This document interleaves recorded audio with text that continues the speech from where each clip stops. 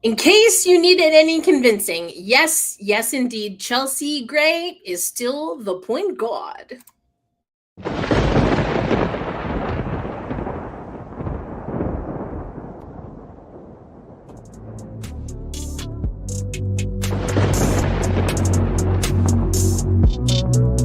You have three people who are selfless like that, three people who are dangerously disciplined like that, and you have a coach that also embodies all of those characteristics. You can expect good basketball. I love interacting with the fans. I'm excited for them to cheer for us because it's hell when you come here.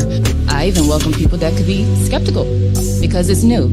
There's going to be a standard of excellence and discipline in everything that we do. The Pacific Northwest, this area, how passionate they are. It's culture everywhere, but it's great culture here. That's what I want to be a part of, to compete for a championship. That's everybody's goal. And I think it's just how we go about things and habits that we create. I want to be around winners that'll help us get closer to that. And that's what the fans can expect. And we're going to have some fun.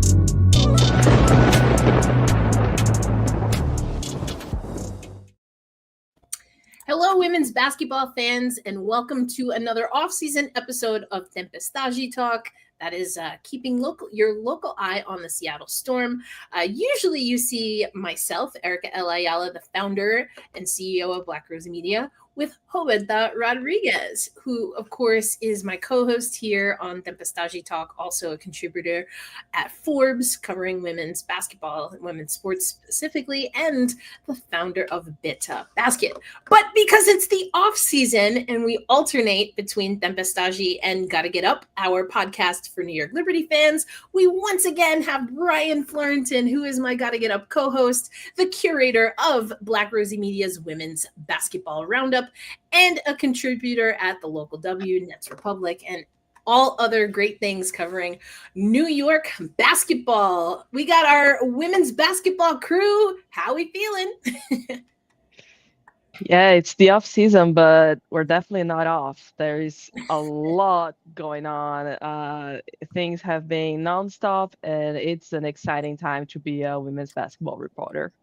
Absolutely. Even though it can be a little infuriating sometimes.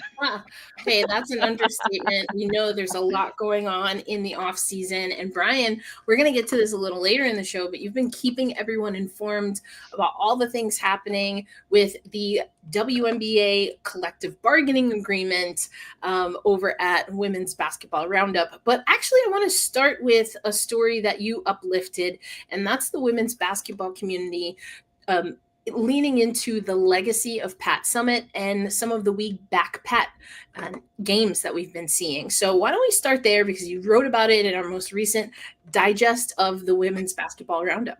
Yes. So for the folks who don't know, it's We Back Pat Week across college basketball. So there are a lot of games in honor of Pat Summitt, legendary Tennessee women's basketball coach, gold medal winning head coach, 8 national championships, just all-around icon of basketball. And a lot of the games have been, and so like funding and donations coming from the games are helping to fund the cure for Alzheimer's disease, because that was what Pat was afflicted with when she passed in 2016.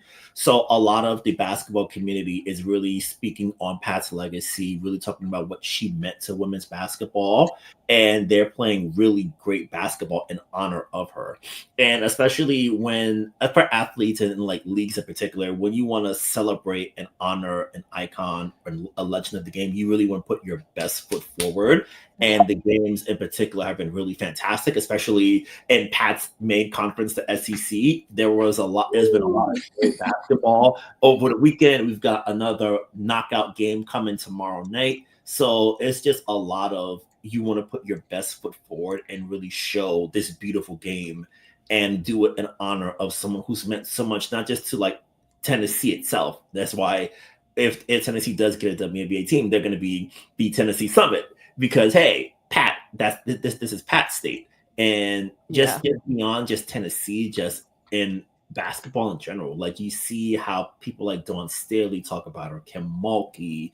We've seen these people really sort of speak on what Pat meant to them, and it's really beautiful to see. And I think especially as more eyeballs and more people come join this wild party that is women's basketball, it's, oh wow, this person was so cool, and wow, she's kind of beast. Like, I'd love to learn more about her and what she meant to the game. So this week is really a great sort of like jumping point for people to learn about Pat and really sort of like learn more about how they can help see how we can sort of help reverse and fight back against Alzheimer's disease in particular. Yeah, Alzheimer's, which is connected to a lot of other degenerative diseases that affect cognitive and physical mobility. For some people, that's Parkinson's, which has touched my family. So, yeah, I think you hit on the legacy. Obviously, a very revered coach, was the standard in women's basketball for quite a long time.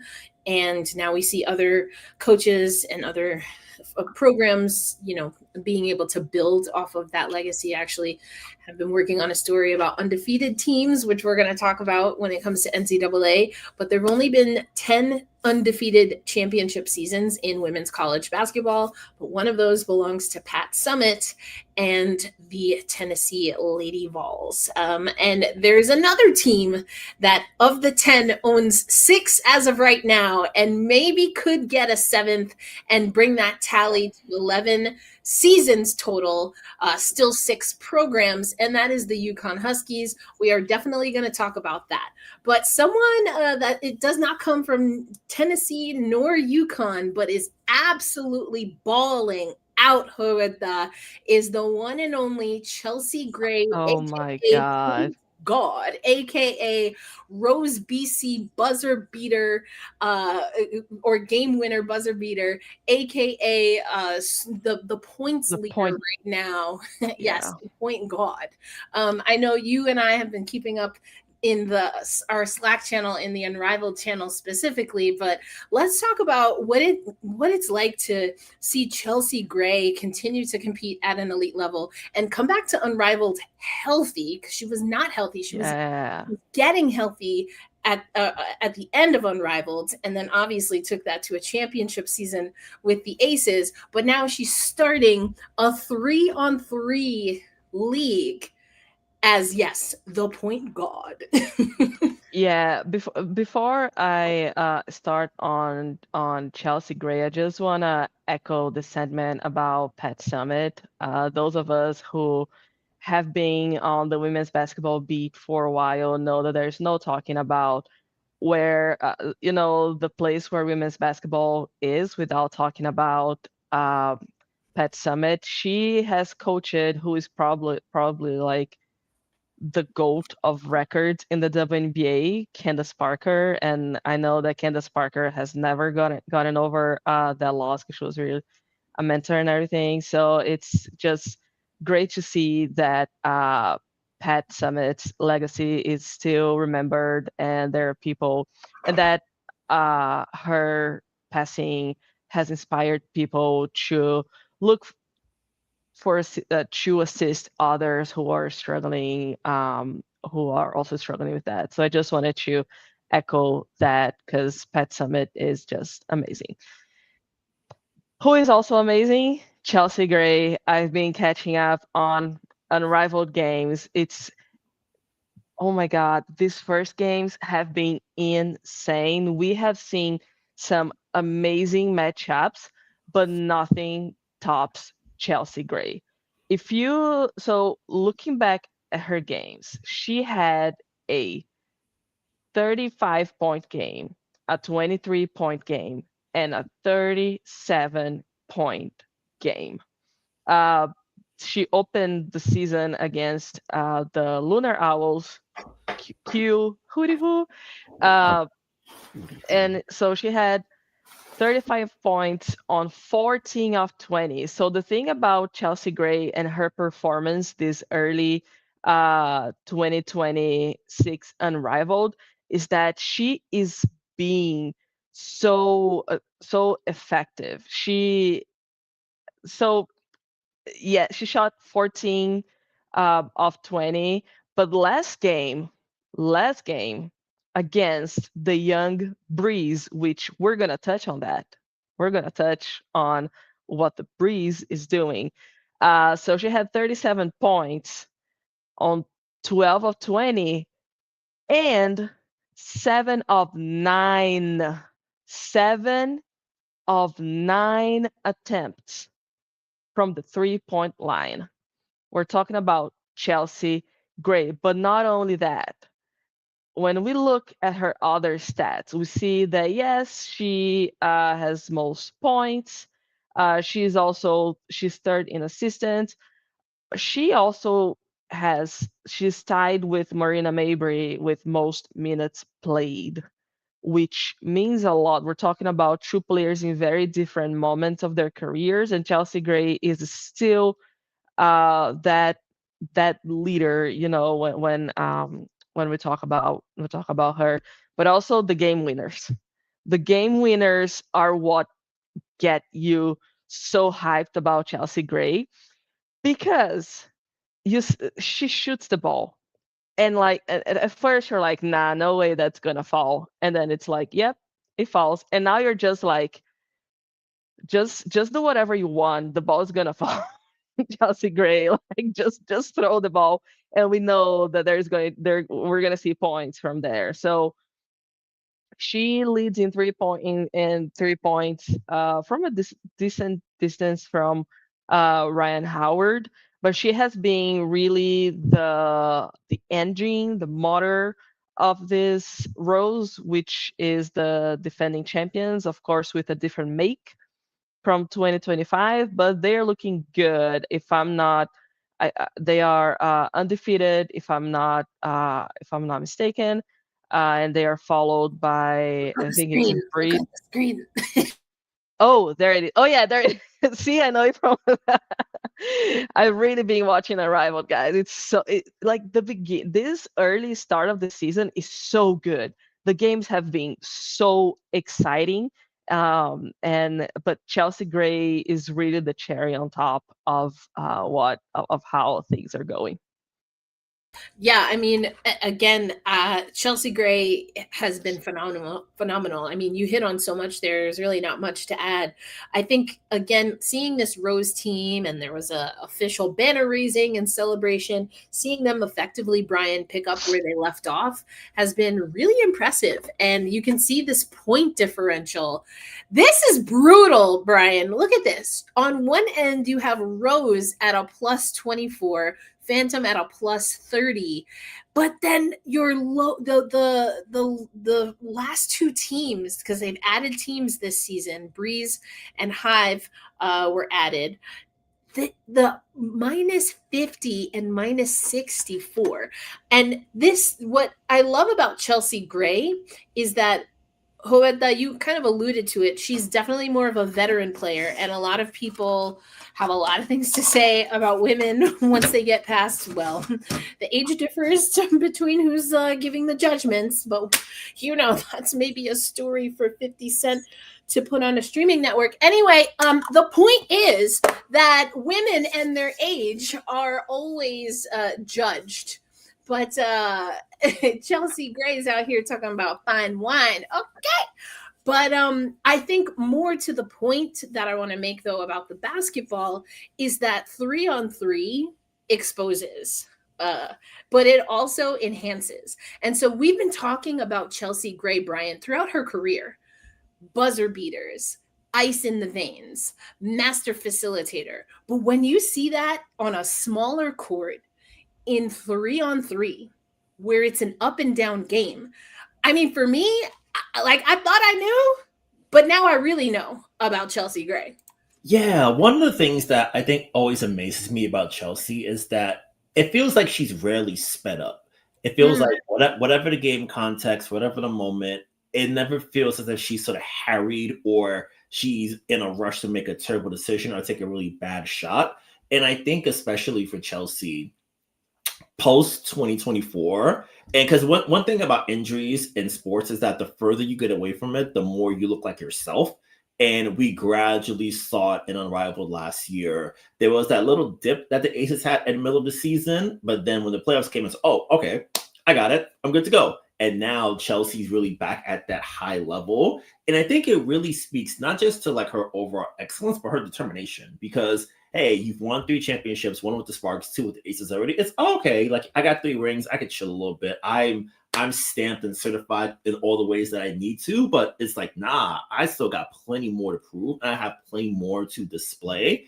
And I love your point about the 3-on-3 context because there's so much space to work with. Like every time I'm like, oh, make a skip pass to the corner. Oh wait, it's only 3 people. It's not 5. Your brain has to adjust. So I'm always like, oh my god. I always have to remind myself it's not 5. It's not 5x5. It's 3x3. So you have to really think of it in a different way.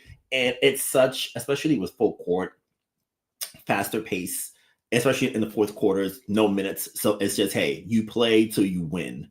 And that can be super quick, or it can be like in the missed game over the weekend. It's just a knockdown, drag out brawl at the end where it's like, hey, we dive for loose balls. We got to get it. So having a guard like Chelsea who can excel in so many different contexts. And I think if you put the ball in her hands, you always know that she's going to make a good decision and you trust her thought process. It's almost like having another coach on the court, having a vet who's seen everything in the way that she has, and someone who can get to her spot.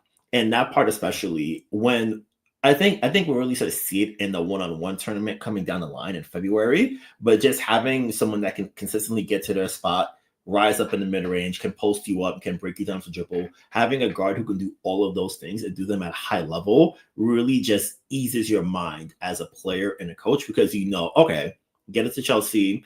We haven't scored in a couple minutes. Get it to her, she'll find something good, and then you can sort of get back in your rhythm accordingly.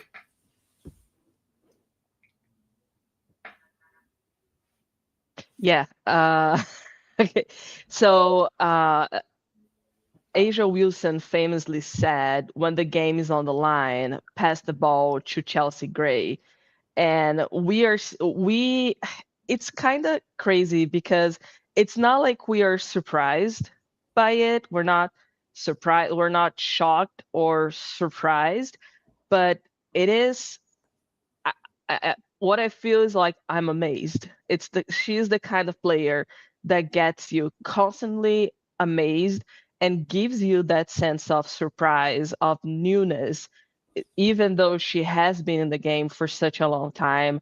And when Brian was talking about how Chelsea just plays so calmly, it's because you know that never let them know your next move. I feel like she has kind of something like that, which makes her game exciting, and I think that's what gives her the game winners and such big moments, because she is like that. She's a player who we talked about how people mention female athletes age all the time.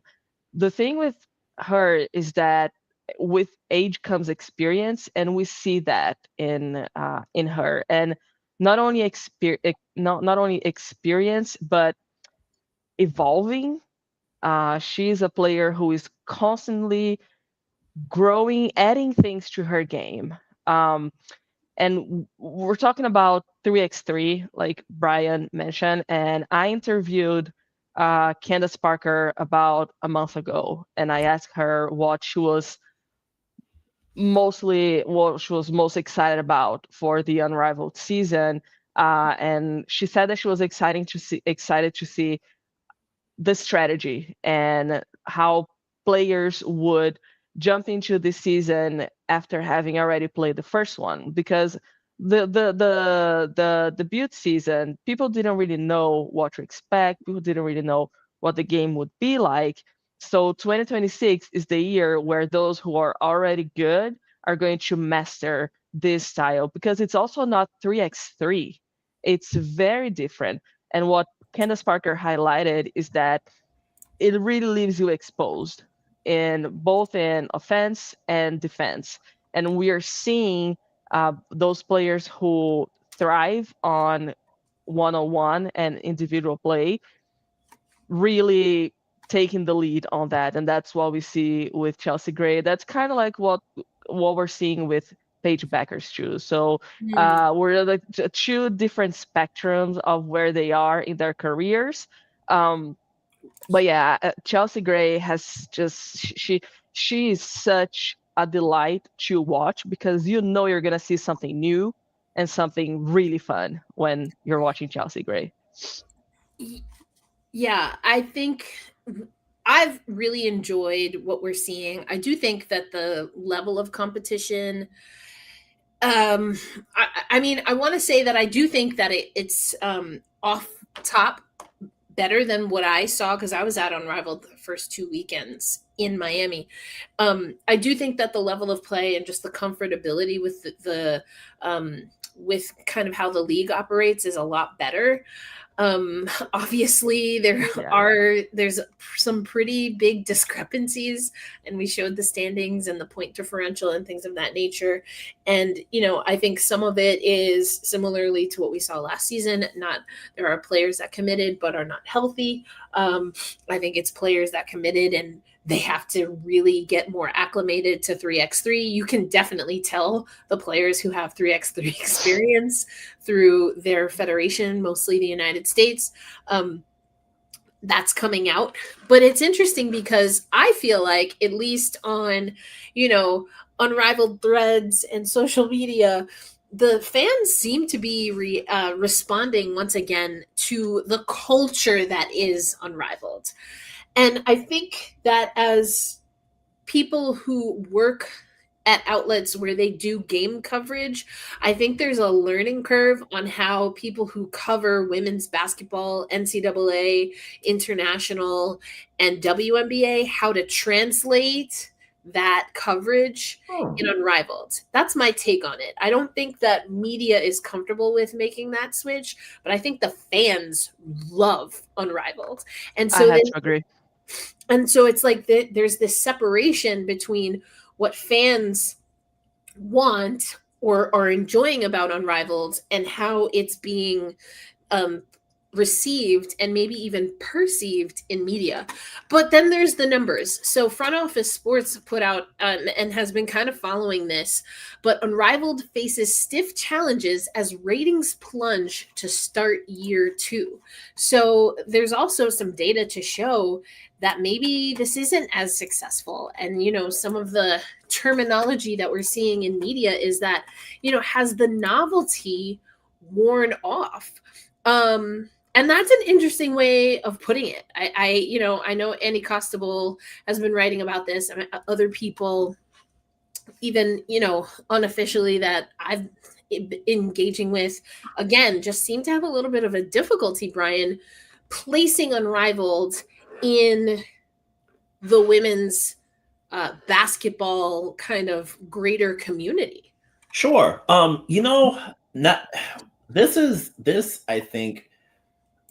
I think my perspective is kind of not necessarily unique, but I've spent like decades hearing about the men's ratings and like, oh, the NBA ratings are going to fall apart. This is why the league is failing. The numbers aren't this, the numbers aren't that. So just me as a viewer, I've always been whatever to the ratings because I don't work for them. But I think it can be difficult for a new league because you want to really build on the success you had last year and be able to have a situation where you can scale up a little bit more, reach even more audiences and outlets. So the numbers are concerning. And I think if you work for Unrivaled, you have to figure out what is it that we're not doing right so far? Is it the scheduling because we have an extra day and it's not the usual weekend slate that it was last year? The first week started at 1 p.m. on January 5th, the first Monday of the year. So it made it a little bit more challenging in that regard. So I think for the league, they have to figure out what is it that's not connecting so far when it comes to viewership and Nielsen ratings, because ultimately their money is guaranteed for 3 years, which is great. But TNT does have that option after next year. So you want to make sure, I guess externally, you want to make sure that you're progressing enough so that way you can continue that partnership. Because Turner, as a broadcast partner, I think is really good. Like the commentary is really good. Sarah Kustok, who works up here with the Nets, is excellent. Lisa Leslie is fantastic. Rosgold on Wude is wonderful. They've been doing a lot when it comes to the presentation piece of it. And I think it becomes a point where, okay, how are we presenting it as far as like attracting an audience and attracting viewers at home who may have like those Nielsen ratings things. And also, I wanted to pull up a quote I remember from Alex Brazell's media day that I think is interesting. He had said, I think he was asked about like star power, and he said, if you're too concentrated on one or two players, your business is in a very volatile state. And I want to sort of tie that into the media piece you were talking about earlier, Erica, because I feel like women, like, you know that you've made it in a space and that you're succeeding when you get the same sort of like, why aren't your numbers great that the men get? So the fact that Unrivaled is getting that is like, okay, you're seen as a legitimate outlet. You're seen as a legitimate thing. You are going to get this kind of coverage. It may not be. I had a thought about saying the coverage is whatever, but I don't want to sort of say the coverage is like bad per se, because I feel like, especially with the front office thing, it's it was sort of like intimate that I'm saying that's like bad, which I'm not. So I want to sort of like nip that. I had a self-correct part in my brain that just kicked in. I think, and I don't know if this is where you were going with it, but I think again, it just like quote unquote standard media is having difficulty translating this style of basketball, but also the fact that players seem to be very comfortable in Unrivaled, but they're not necessarily as the term I was thinking is available. And I think that's true in some respects. And it's not that they're not available. I think it's that Unrivaled has really captured, at least in the social scene, that this is a league for players, and players are creating content that even influencers in our space dream of getting access to, you know, and I would love to too, as a former beat reporter for the New York Liberty, as someone now who covers the game at the college, pro and international level. Like, some of these things that we're seeing, the behind the scenes content is great, and that's again where fans are reveling in this. But how do or can media stations or traditional media outlets find the balance? Because I think this article is valid. I mean, some of the things that are here is, you know, they added more seats because, again, I was there for the first 2 weekends and then also for the championship, and we were packed in there to the point where they had people some of the nights who were like scouts and people representing WNBA teams. They were sitting up in the media box with us just because there weren't seats.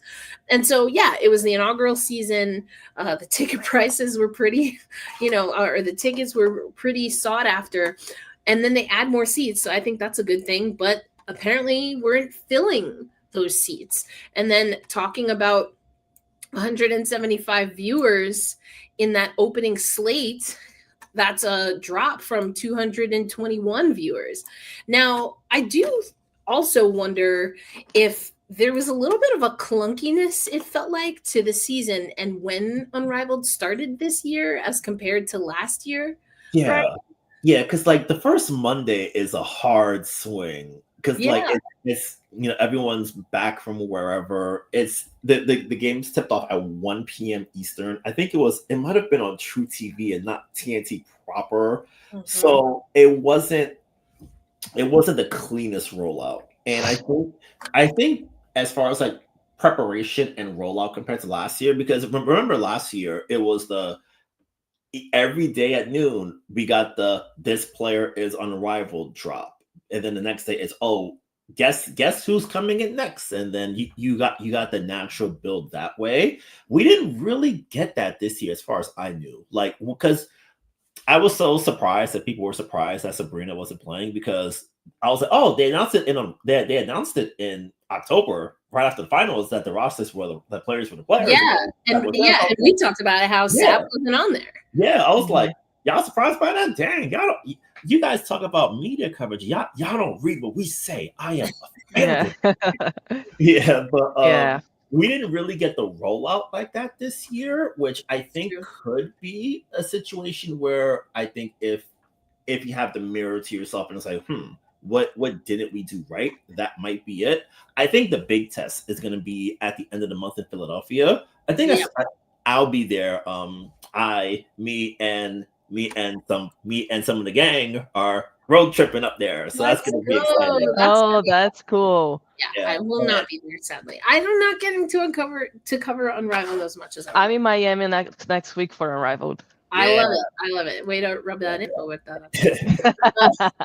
I didn't go last year. It's cold where we at, but it's going to be hot in Florida though. Yeah. Oh, thank So God. I will I'll catch you just before because I'll be in Seattle. I leave That's Friday. true. I'll catch you just before. But yeah, I think that can be a part of it. I think, has the novelty worn off? But, we're hearing that Unrivaled is pleased with the product they're putting out. I mean, Brianna Stewart is healthy this year and Unrivaled, and so that's great for her. But we're seeing other teams that are struggling.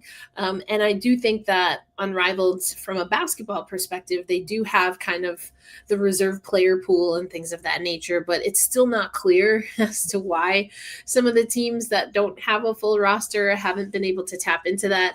In my mind, I just defaulted to my WNBA mind, and I was like, oh, they must not be under the 9-player threshold or whatever it is. Obviously, it's not really 9 players, but it's like you have to be in dire straits before we allow you to apply for ownership.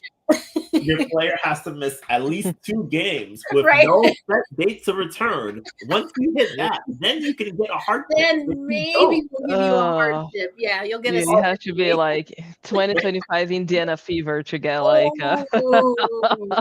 Oh, Kelsey Mitchell, poor thing. Don't be questionable, because if you're questionable, Don't you be are not questionable. getting a hardship contract. Questionable means maybe you can go. Yeah, I think that part of this drop has to do with, again, has the novelty kind of like died a little bit. I think that first it's natural for something that hit such successful numbers in the first years to experience a drop in the next, because when at the end of the day we're talking about winter league in a different format. It's made completely different from what we are used to in basketball all around. It's different from the WNBA, from the NBA, from AU, from NCAA. It's totally new, and it might not be to everyone's taste. And Tammy's comment does make sense because people were attached to some things. For example, the Lunar Owls. I feel like that's the one that people were feeling the most.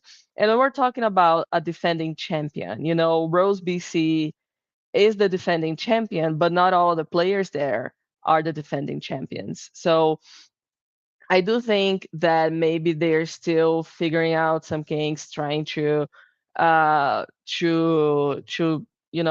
things ironed out. I got to interview Alex Basil, and I asked him if they had any plans of innovating on the basketball side, bringing something new.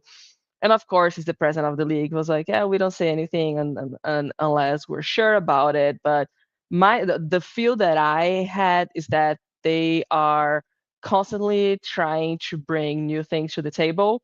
So they might take a look at this season and evaluate what is working, what's not. Uh, Also, we're talking about an off season that has a lot going on outside of basketball, and everything that has any sort of WNBA connection has the shadow of the CBA negotiations.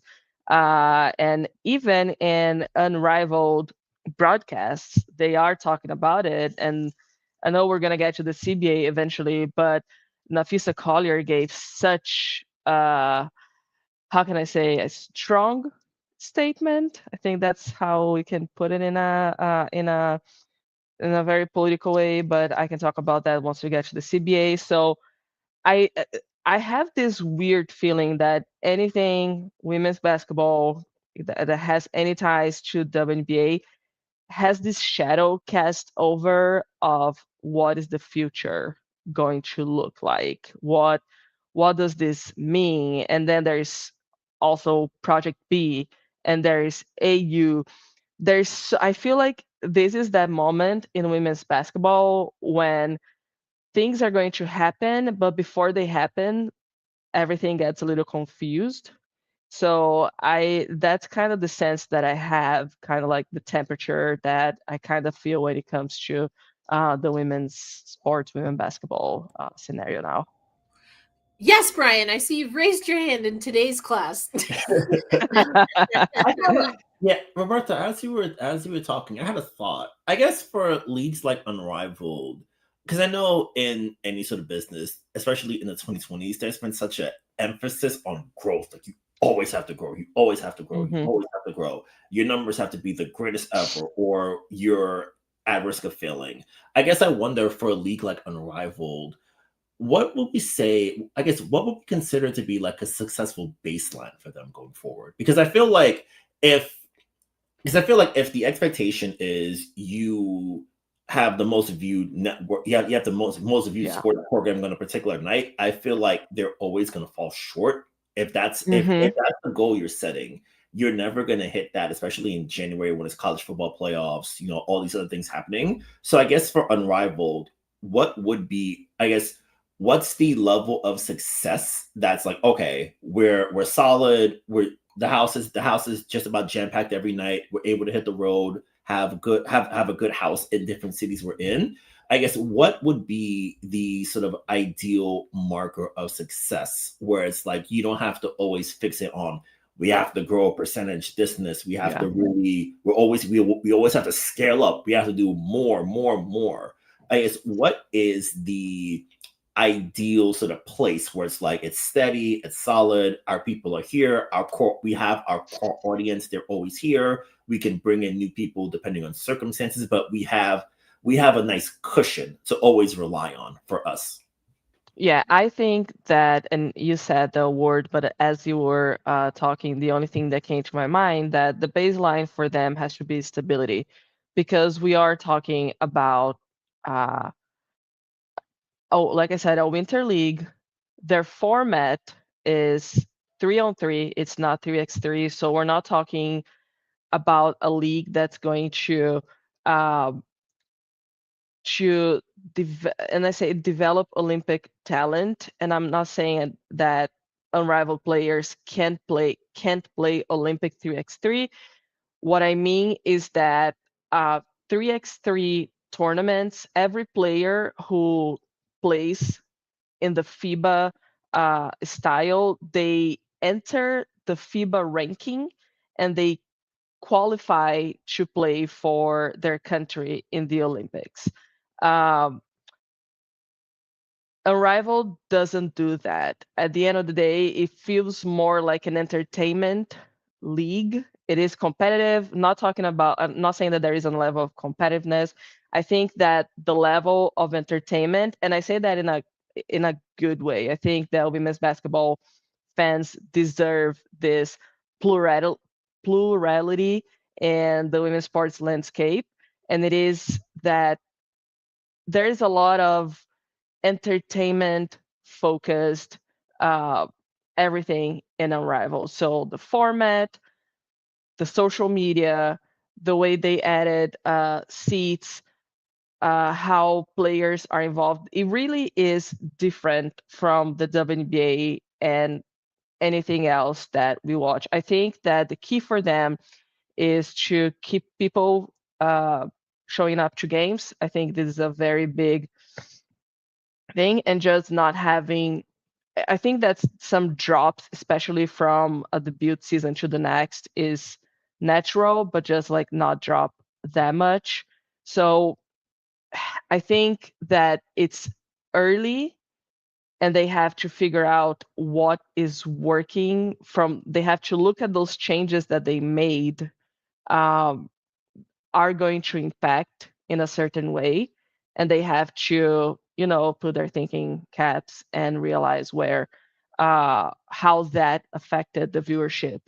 At the end of the day, I think that the key for them is stability. I don't think that pursuing that crazy growth that we see the whole time is something that they should be anchoring themselves on, but the stability the fan engagement and the player engagement.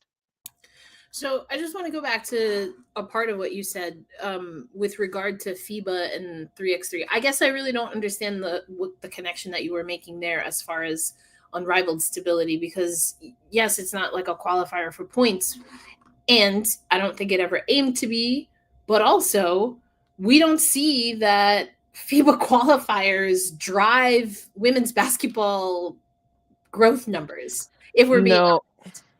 No, but it impacts on the competitiveness and also the media coverage. That's why I think it has.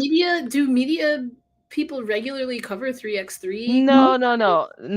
I'm saying that in terms of continuous coverage for Unrivaled, for example, especially in a time when you have to make so many decisions, so you have to choose. I mean, we know that everyone, as journalists, we can't always choose what we're going to cover, and there is a lot going on right now. So some outlets, they might make choices of like, okay, so we have NCAA women's basketball game going on, we have college football. Unrivaled is probably not going to be the priority for them because of the implications. Because with women, with NCAA, you have that pipeline to professional. I do believe this plays a role in some of in part of the media coverage attention to Unrivaled. And I'm not saying as in like that's a mistake from Unrivaled. I think it's just a natural part of how media coverage goes, especially in women's sports. Yeah, I guess it was just interesting because you mentioned the 3x3 thing, and I was like, well, like respectfully, but no one really covers 3x3 unless it's the Olympics. And even then, the United States was clearly not going to win a gold medal. I mean, I don't know that. I was in Paris, and I was at those games, and the people that I was seeing at the 5-on-5 tournament were not at 3x3. So, we're an independent outlet, and these are outlets with larger reach and multiple reporters. So I don't think that the format is the issue. And I honestly don't think that the proximity or lack thereof to qualifiers is the issue.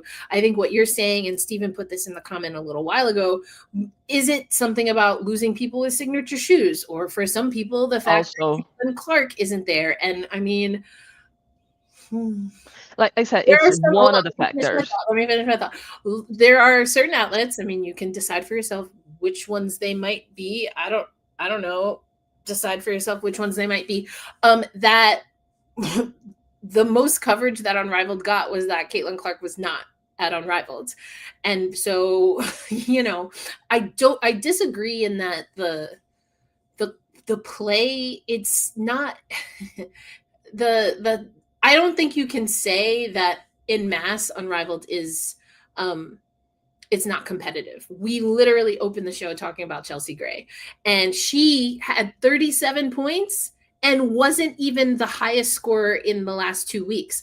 We had Kelsey Plum, who's been balling out in Unrivaled. She looks very comfortable out there, 3-on-3 or 3x3 gold medalist.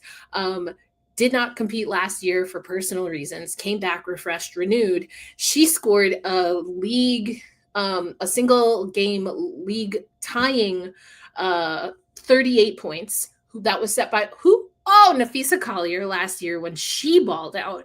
Fee is out, unfortunately, because she's having surgery on not one, but 2 ankles. And last I checked, all people only have the 2 if they're lucky.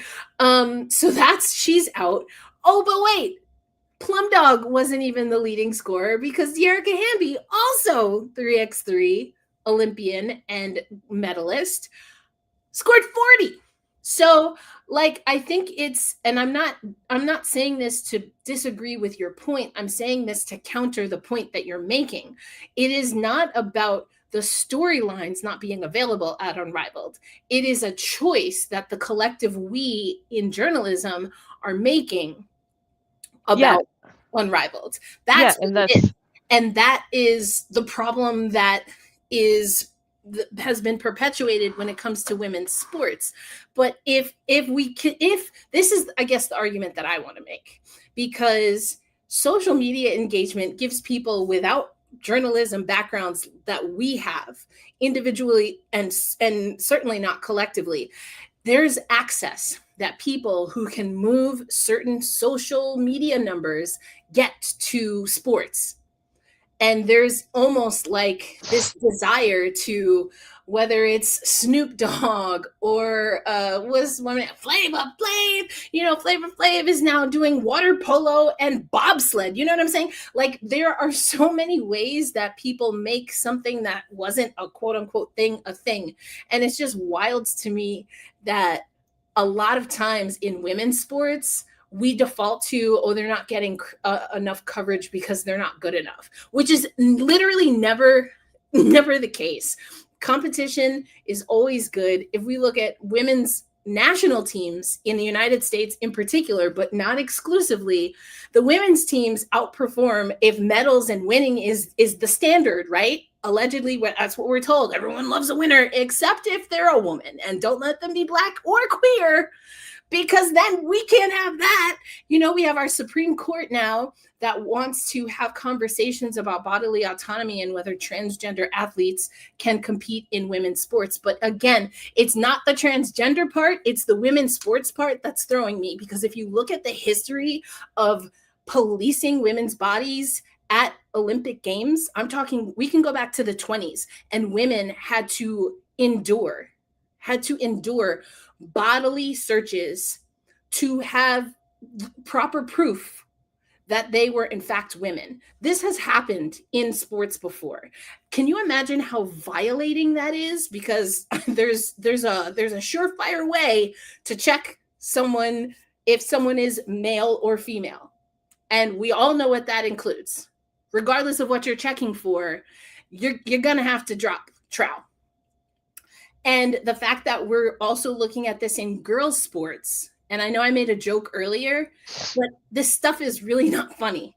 We are now, because people have such a fear of transgender people, we are now having a situation where if we go back to what we saw in the early 1900s, literally to qualify for Olympic Games, if we're seeing that in schools of children, it's bad enough to have to do that at any age.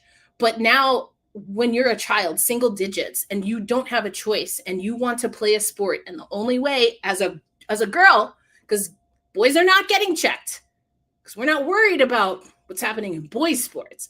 So as a girl, to have to endure these checks, we're not very far removed from the USA gymnastics scandal, what happened in NWSL. Like, this is what's wild to me. And I know I went left on this, and it all goes back to perpetuating things that are not even real. Yes, having conversations about attendance and viewership, absolutely valid. To say that because this isn't attached to qualifiers that most outlets don't even care about, or that, it's not competitive enough. Listen, I never said it's not competitive enough. First of all, I'm not talking directly to you. I'm talking in response to what you were saying, which is a perpetuation of everything that I talked about. But I have endured. I mean, I'm a Mets fan. I've seen terrible baseball games. The worst you've ever seen. I've seen terrible games. Luis Castillo, Carlos Beltran. I mean, I could go on and on, to the fact that I remember these men's names all these years later because they have tortured my soul, because it's bad. And yet, wait till next year. Vamos Mets. All these things I say to myself as a delusional Mets fan. But you know what? I show up. And the Mets, they spend what? They're a top 5 spending team. Still terrible. How is that business 101? But we still show up. So, like, the collective we of journalism miss me all the way with that the storylines have to be perfect, that everyone has to score 40 points, that we can't have blowouts. Miss me with that, because if that were the case, a lot of men's leagues would shut down as well. Period.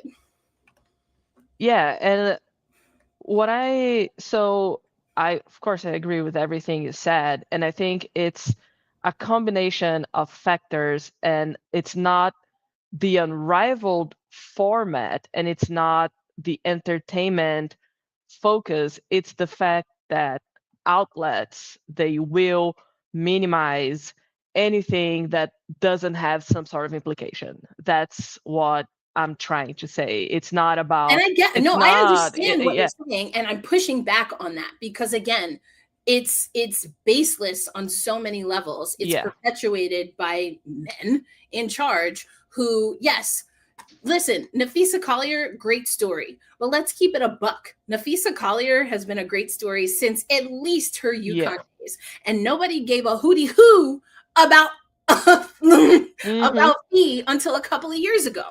Yeah, yeah. And I have Don't to even get me agree. started on how we, the collective we in journalism, did not Yeah. cover Maya Moore. But then we have Oh my people God. in just entertainment news that love saying that we lost a real one. Yeah, we know. We know. But y'all Mm-hmm. weren't covering the queen while she was active. So she was like, you Yeah. know what? I got my man's free. We about to change the world because y'all messing around. You ain't paying me. You're Yeah. not putting me on on the front page and nothing.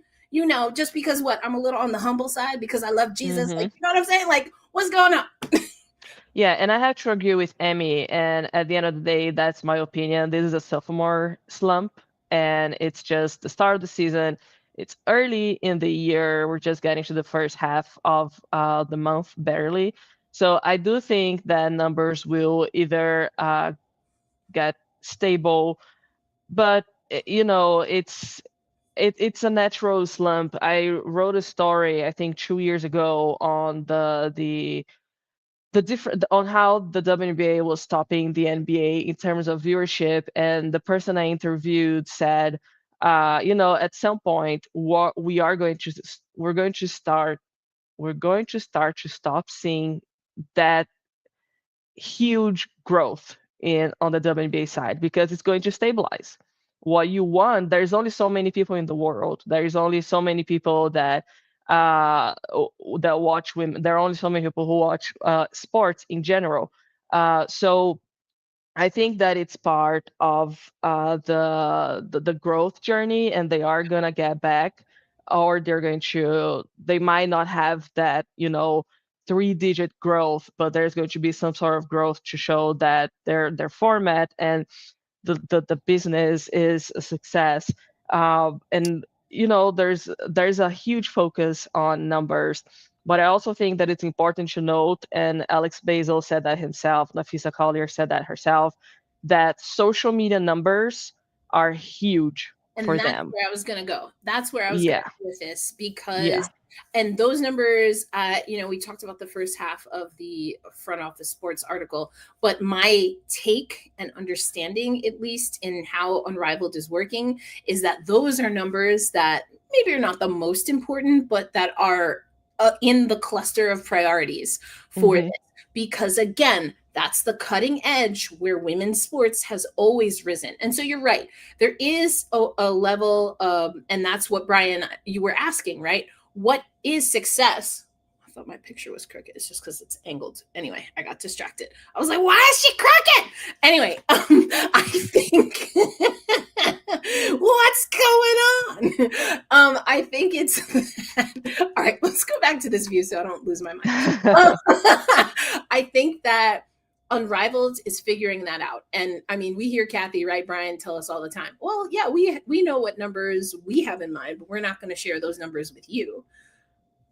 Maybe that's a little bit of what's happening as well. But I do think that you have to take into account, Brian, that Unrivaled has always prioritized what the engagement is outside of just linear television and even what's available in the arena. Yeah, and I love that point because I'm thinking, like, to sort of tie back to my point earlier at the beginning about how there's always been talk about the men's ratings and how if they're hitting a certain number, things are falling apart. Like, they'll always tell you we love a high number, but that's not the only thing we're looking for. We're looking for engagement. We're looking for views on our social media channels. We're looking for views on our YouTube when we post our highlights. What hits, what doesn't hit, what player draws a reaction. things like that. So I think it's very much you want every number to be number one, best in the world. Like, who wouldn't? Every place wants to have like record-setting views all the time, but that's not really doesn't really work like that. You can be Mr. Beast and you're not going to hit like 50 million views on every single thing. So it's a matter of finding, because I think it, like to Erica's point in the comment, it's a matter of putting a good product for your audience, because it's almost like you're building a fan base and you have to really make sure that your day ones are well fed, they're well nourished, they're given good things to watch and things to interact with, because you can always chase a number. To Roberta's point earlier, like if you're always chasing the new thing, if we're always chasing explosive growth or whatever, you wind up doing things to sort of alienate your core audience. And that core audience is the ones who are most engaged in the product. So I think for Unrivaled, it's a matter of we have our core audience. We love to add more people along the way, but we've got to make the very best product for our core audience of viewers and people who engage with the product in various ways, whether it be through social media, whether it be through attendance, the in-arena experience for people in Florida, Philadelphia at the end of the month in January. So it's a matter of building the core audience and giving them a good thing to watch. And then as you do that, everything else will just sort of like naturally fall into place. So you don't want to just be like, oh man, oh God, this number is a little bit low. Let me do all half courts. And then it turns into like gimmick kind of things. You have to really, you have to be very careful. And for me, I think, and maybe that word gimmick I want to stay with, because I do think that the collective we in journalism do see Unrivaled as gimmicky. I don't know if anyone put it in print or typed it out, but there's this air that people do see Unrivaled as gimmicky. And I think I had to Google the word. It's think of Send in the Clowns, right? Okay. A circus as opposed to, but I don't know that I would not call Unrivaled gimmicky. I think it's strategic in seeing that how things work. Yes, of course you want a broadcast deal. Absolutely, you want Sephora to not just be all over the officials in a suite. Like the whole arena now is Sephora. And those things to some people are gimmicky. But we're well beyond that in sports. Are you kidding me? NHL players are wearing freaking, I don't know what kind of logos, Gillette on, and all kinds of logos on their helmets. You know what I'm saying? Let's not even talk about racers. How do they get their bills paid? All of this is already in sports. I think they're strategic. I think they're strategic. I think they are leaning into where the fans are, which honestly is something that the WNBA historically and arguably even still today is not good at. Yeah. If I can add something. Let's have Brian chime in and I'll come back to you. Yeah, so I love that, and I want to see if I can connect another bridge to it if I can. So I guess to that point, do we think that with Unrivaled, since it's year 2 and it's still sort of growing out, it's to sort of tie back to the stakes thing we were talking about a little bit earlier? It's year 2 of a new thing. There aren't like quote stakes as it would compared to like competing in the SEC, for example, or the WNBA, blah, blah, blah, blah, blah. So I wonder for Unrivaled, as they have more seasons, more players coming in, more elite and really good talent competing at a high level, the sort of like the stakes externally, not for the people who are competing, because they're looking to ball out every night. But I guess the stakes as, these games have meaning for a new person who may be coming in. I think that's where the longevity of the league really comes into play. Because if it's year 8 and you have a solid baseline and you're going to get really good, exciting basketball in a different format, 3-on-3 in a full court setting as compared to 5-on-5 full court, or even 3x3 half court in a FIBA Olympic kind of setting, if you know that you're going to get that and the time has continued to progress and the basketball is still really solid, hello, doggy. The basketball continues to really Sorry, be. he was freaking out. No. He's cool. I love that he's here to join us as we talk Yeah. basketball. It was like, what y'all talking about? I wanna get closer. I wanna hear. Yeah. Tonight. Yeah. So I think that the more seasons Unrivaled gets under its belt, and the more really recognizable players that are in the league and are competing at a high level, because even if they don't get like Asia Wilson, for example, if she never suits up, basketball is basketball, and if you see hard, intense basketball as a fan and viewer, you're gonna be like, yeah, this is what I want. Because every year with like, I'll say gimmicky as the All-Star game as an example, like that sort of gimmicky, because it's not the biggest complaint that game gets.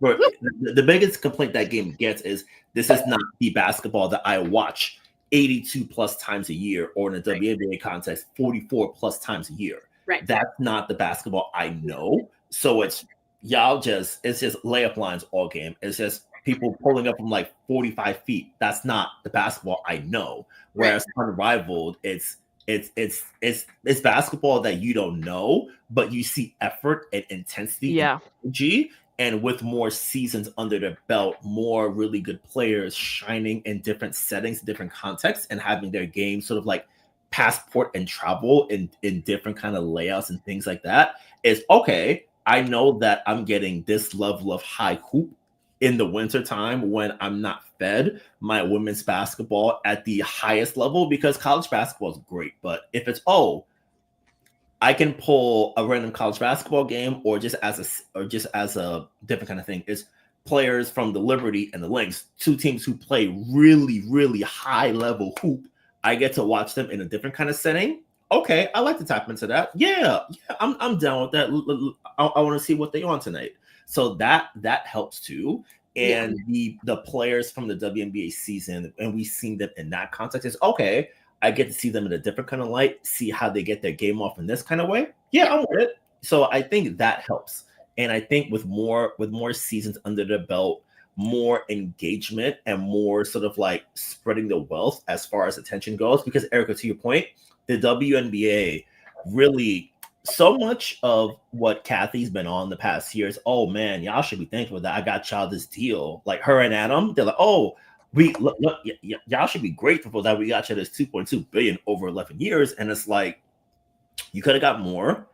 Kathy, you are Fortune, whatever Deloitte is in the Fortune 500 rankings is, you was there. And so you should know how to really expand and build on a league and players. But the players have been the ones who have gotten out the ground for themselves, whether it's their engagements, whether it's their partnerships, whether it's them connecting with different outlets, institutions, entertainers, things like that. It's them doing it themselves. Like the league came in later, but ultimately it's the players who had to do the grunt work themselves. And now it's, the league apparatus is being serious about it. NBA Enterprises is like, okay, if you want to get back, we want to really get in the WNBA business, let me give you a little boost, when it's the players themselves who have built it from the ground floor, whether it be Unrivaled, Athletes Unlimited, their own things, their own sort of deals and things that they've been doing themselves. They haven't had the apparatus of NBA Enterprises really giving them the full promotional backing that they should have. So now I think within the context of Unrivaled's numbers, it's okay, we're doing it ourselves. We don't have the backing of Kathy Engelbert or a Joe side on ownership side, with things like that. We don't really have that. It's just us doing it ourselves. Like, we got the deal with Turner. You guys at NBA Enterprises got into a big brawl with Turner and left Turner because you were like, Turner's whatever. Like, we got this deal. We got this for True TV. We got $100 million over 6 years with an option for 3, where if it's good, we can get more. Like, we did it ourselves. It wasn't God. Like, it was us. We found the investors. We found the people. We did the outreach to the players. We did all these things without the apparatus and structure that comes from NBA Enterprises. And it's the business isn't what the WNBA is, but we're doing pretty well for But ourselves. the WNBA has been around for 29 seasons, and there's a chunk of that time where they weren't doing any of this either. As much you can say whatever you want, and I've said this on Black Rosie Media before. You can say whatever you want about Kathy Engelbert, including that she refined the business model of the WNBA. Or some people might prefer to hear it this way: she was actually empowered to be able to have a clear enough path to refine the business model. Because again, I've talked about also the seemingly, if not intentional, lackadaisical management or lack thereof that has created barriers even within NBA enterprises for the WNBA and its Players Association to even be able to capitalize on things that we talk about now with regard to even name, image, likeness. Do you know that the Players Association wasn't even bringing in money for a number of years that it was operating because they couldn't? But I already went on one rant regarding politics. I am not, at least not tonight. I am not going to go on another rant when it comes to labor disputes. Hey, Erica. Oh, God. Here's 2 hours and 100,000 words. I'll let you cook about labor politics in the United States of America. Like not just labor politics, but specifically how they relate to women in sports. I might need to write a book one day. But before we get into that, I'm going to talk about why I keep this on the screen in a little bit. But I want to go back to this because I thought this was hilarious. There are levels to the hilarity here. Steven talking about 100% Big Erica 1. Also, Big Erica 1, like the name. A with a C also, let's go. It's lazy journalism, in my opinion, to paraphrase AI. And if I have to translate this next thing, then you too young. To paraphrase AI, we talking about ratings, not the game. We talking about ratings, Brian. Not the game. Not the game. Yeah, that's the problem that I think always comes into it. Like, because I think the numbers do have weight and they do deserve conversation, which is fair. Like we mentioned on top, like it's certainly fair to discuss numbers. It is 100%. It's a league, it's a business. Like we in the big boy table, we gonna dance like big boys, so that's fine. But I think if the conversation only is the numbers and a person that's missing, that's where we sort of, I think that's where the collective we fall short. And this is where, Erica, you've done it. I need to like do it more, but like this is where you get your brain off of Twitter, the everything app, because I hop on there and I'm like, that's it. Because if your conversation as a fan is just the business, it's, you're not really talking basketball, you're just talking the business. Like there's no there as because like you're relying on the reporting, and if you don't know how to interpret the reporting, or if you're coming at it with a particular angle, or it's insert thing here isn't there, this is why event Y is happening. It's like what's your motivation, so to speak, and 100%. What's your, like, if it's not the basketball, like, then Yeah, and there's space for more, I guess. We don't have to only talk about ratings. We don't have to only talk about basketball. I think that's what, even if we look at the New York market, I mean, let's be real, at the Seattle market ain't really got it like that. But in the New York market, we can tell the difference between a question Jackie Powell will ask, what Jeff Magliacetti is going to ask, what Brian Fleurantin is going to ask, what Lucas is going to ask. Is it Kaplan? Kaplan, yep. Okay. I was like, I don't want to mess up your last name there, bro. I was like, I thought it was Kaplan. Okay. What Lucas Kaplan is going to ask, what Miles Ehrlich is going to ask, what I'm going to ask. Like each of us, of course the stories overlap, because the story is the story at the end of the day. And how we approach that story and how we go beyond explaining the why of that story is layered. We all bring different things to the table. And that's, I think, what makes, just to give an example, it's what could make comprehensive coverage of Unrivaled exciting. But I think, again, some of these things that we're hearing as the excuses aren't the real excuse, it's the schedule. And that's why not everyone likes to manage and operate runoffs in the off season, because if it's your off season, that means it's the on season for something else. And in the case of the WNBA, they don't operate in the, I don't want to say traditional, but where most basketball operates. As a matter of fact, they operate on the Olympic schedule because basketball is a summer sport for the WNBA. All of the rest of basketball operates as it's a winter sport. And it's a winter sport in that it's played in the winter here in the United States. It's a summer sport in that it's an Olympic sport. And so women's basketball now is running up against the MNBA, the MNHL, now PWHL, and the big one, especially because of the amount of schools and the amount of games on any given night, is NCAA women's basketball, but also men's basketball. And yes, some people actually watch football still. I'm just not one of them. So that doesn't register for me. And then let's not even get started about international basketball, which has been on the rise as far as comprehensive coverage. Oh, wait, there's literally more, because Unrivaled also is in the same timeline as Athletes Unlimited. And oh, wait, there's more, but we're going to get to that on the other side, because I do want to get in this little plug. As you see here, that's me, not her, I wish. This is me. This is me chatting with the homie Blake Bolden. That is because Black Rosie Media once again is getting ready for an Olympics. Yes. Cortina, we are covering the Winter Olympics and ice hockey. We are officially ice hockey girlies and boys over at, actually, I don't think we have any men on our hockey team.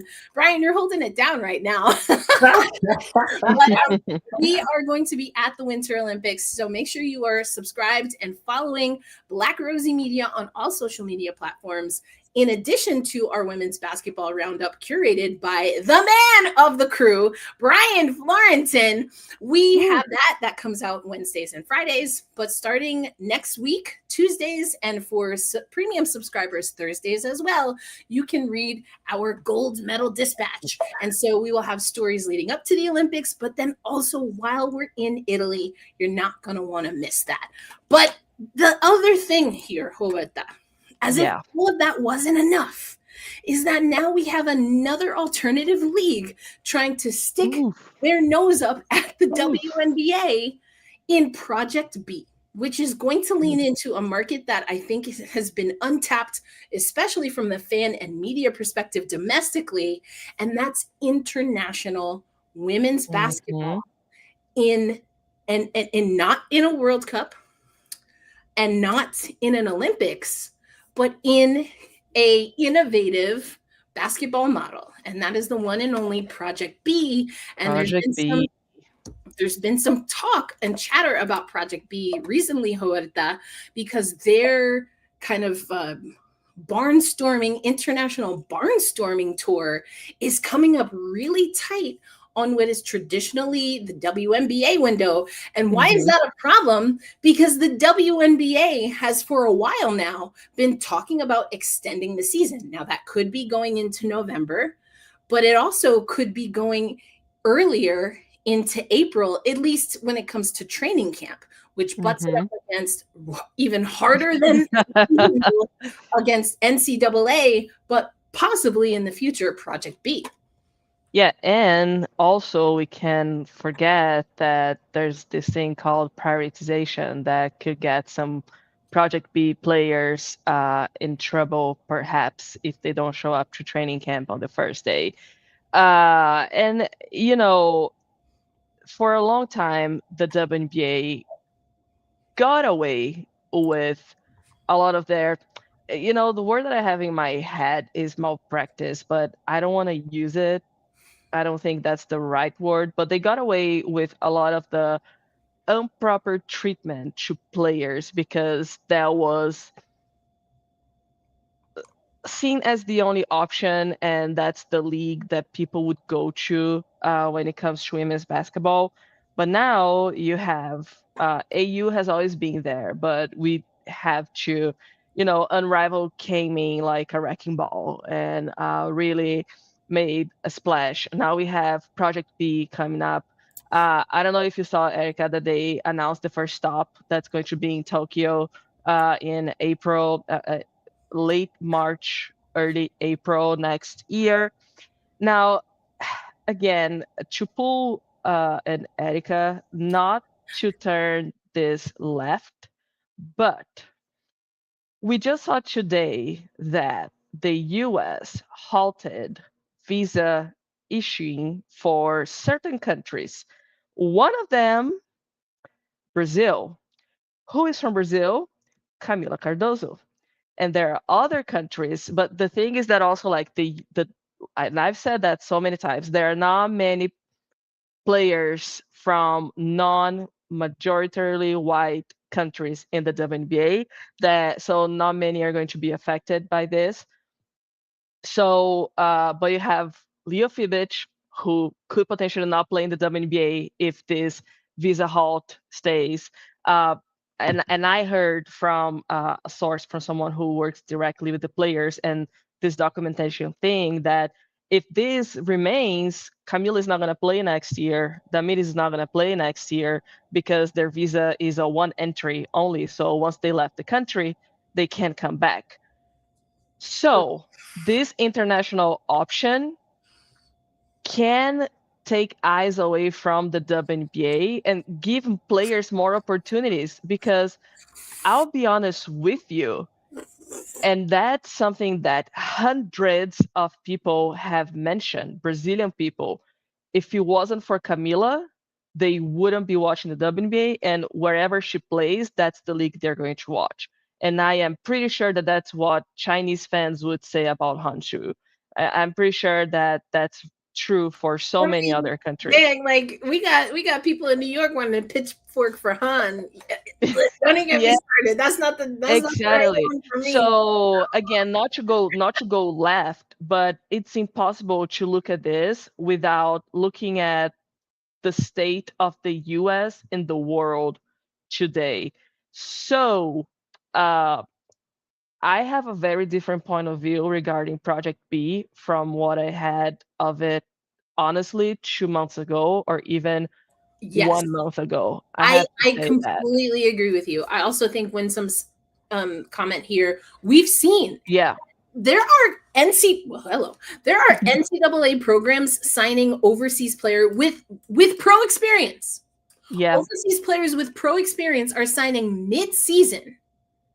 And Roberta, this is why I appreciate and I really prioritize having your voice as part of Black Rosie Media, because what you're talking about is critically important. Yeah. We're already seeing that this is impacting the FIFA World Cup. For those who don't know, the United States, along with Mexico and Canada, it's a three-country.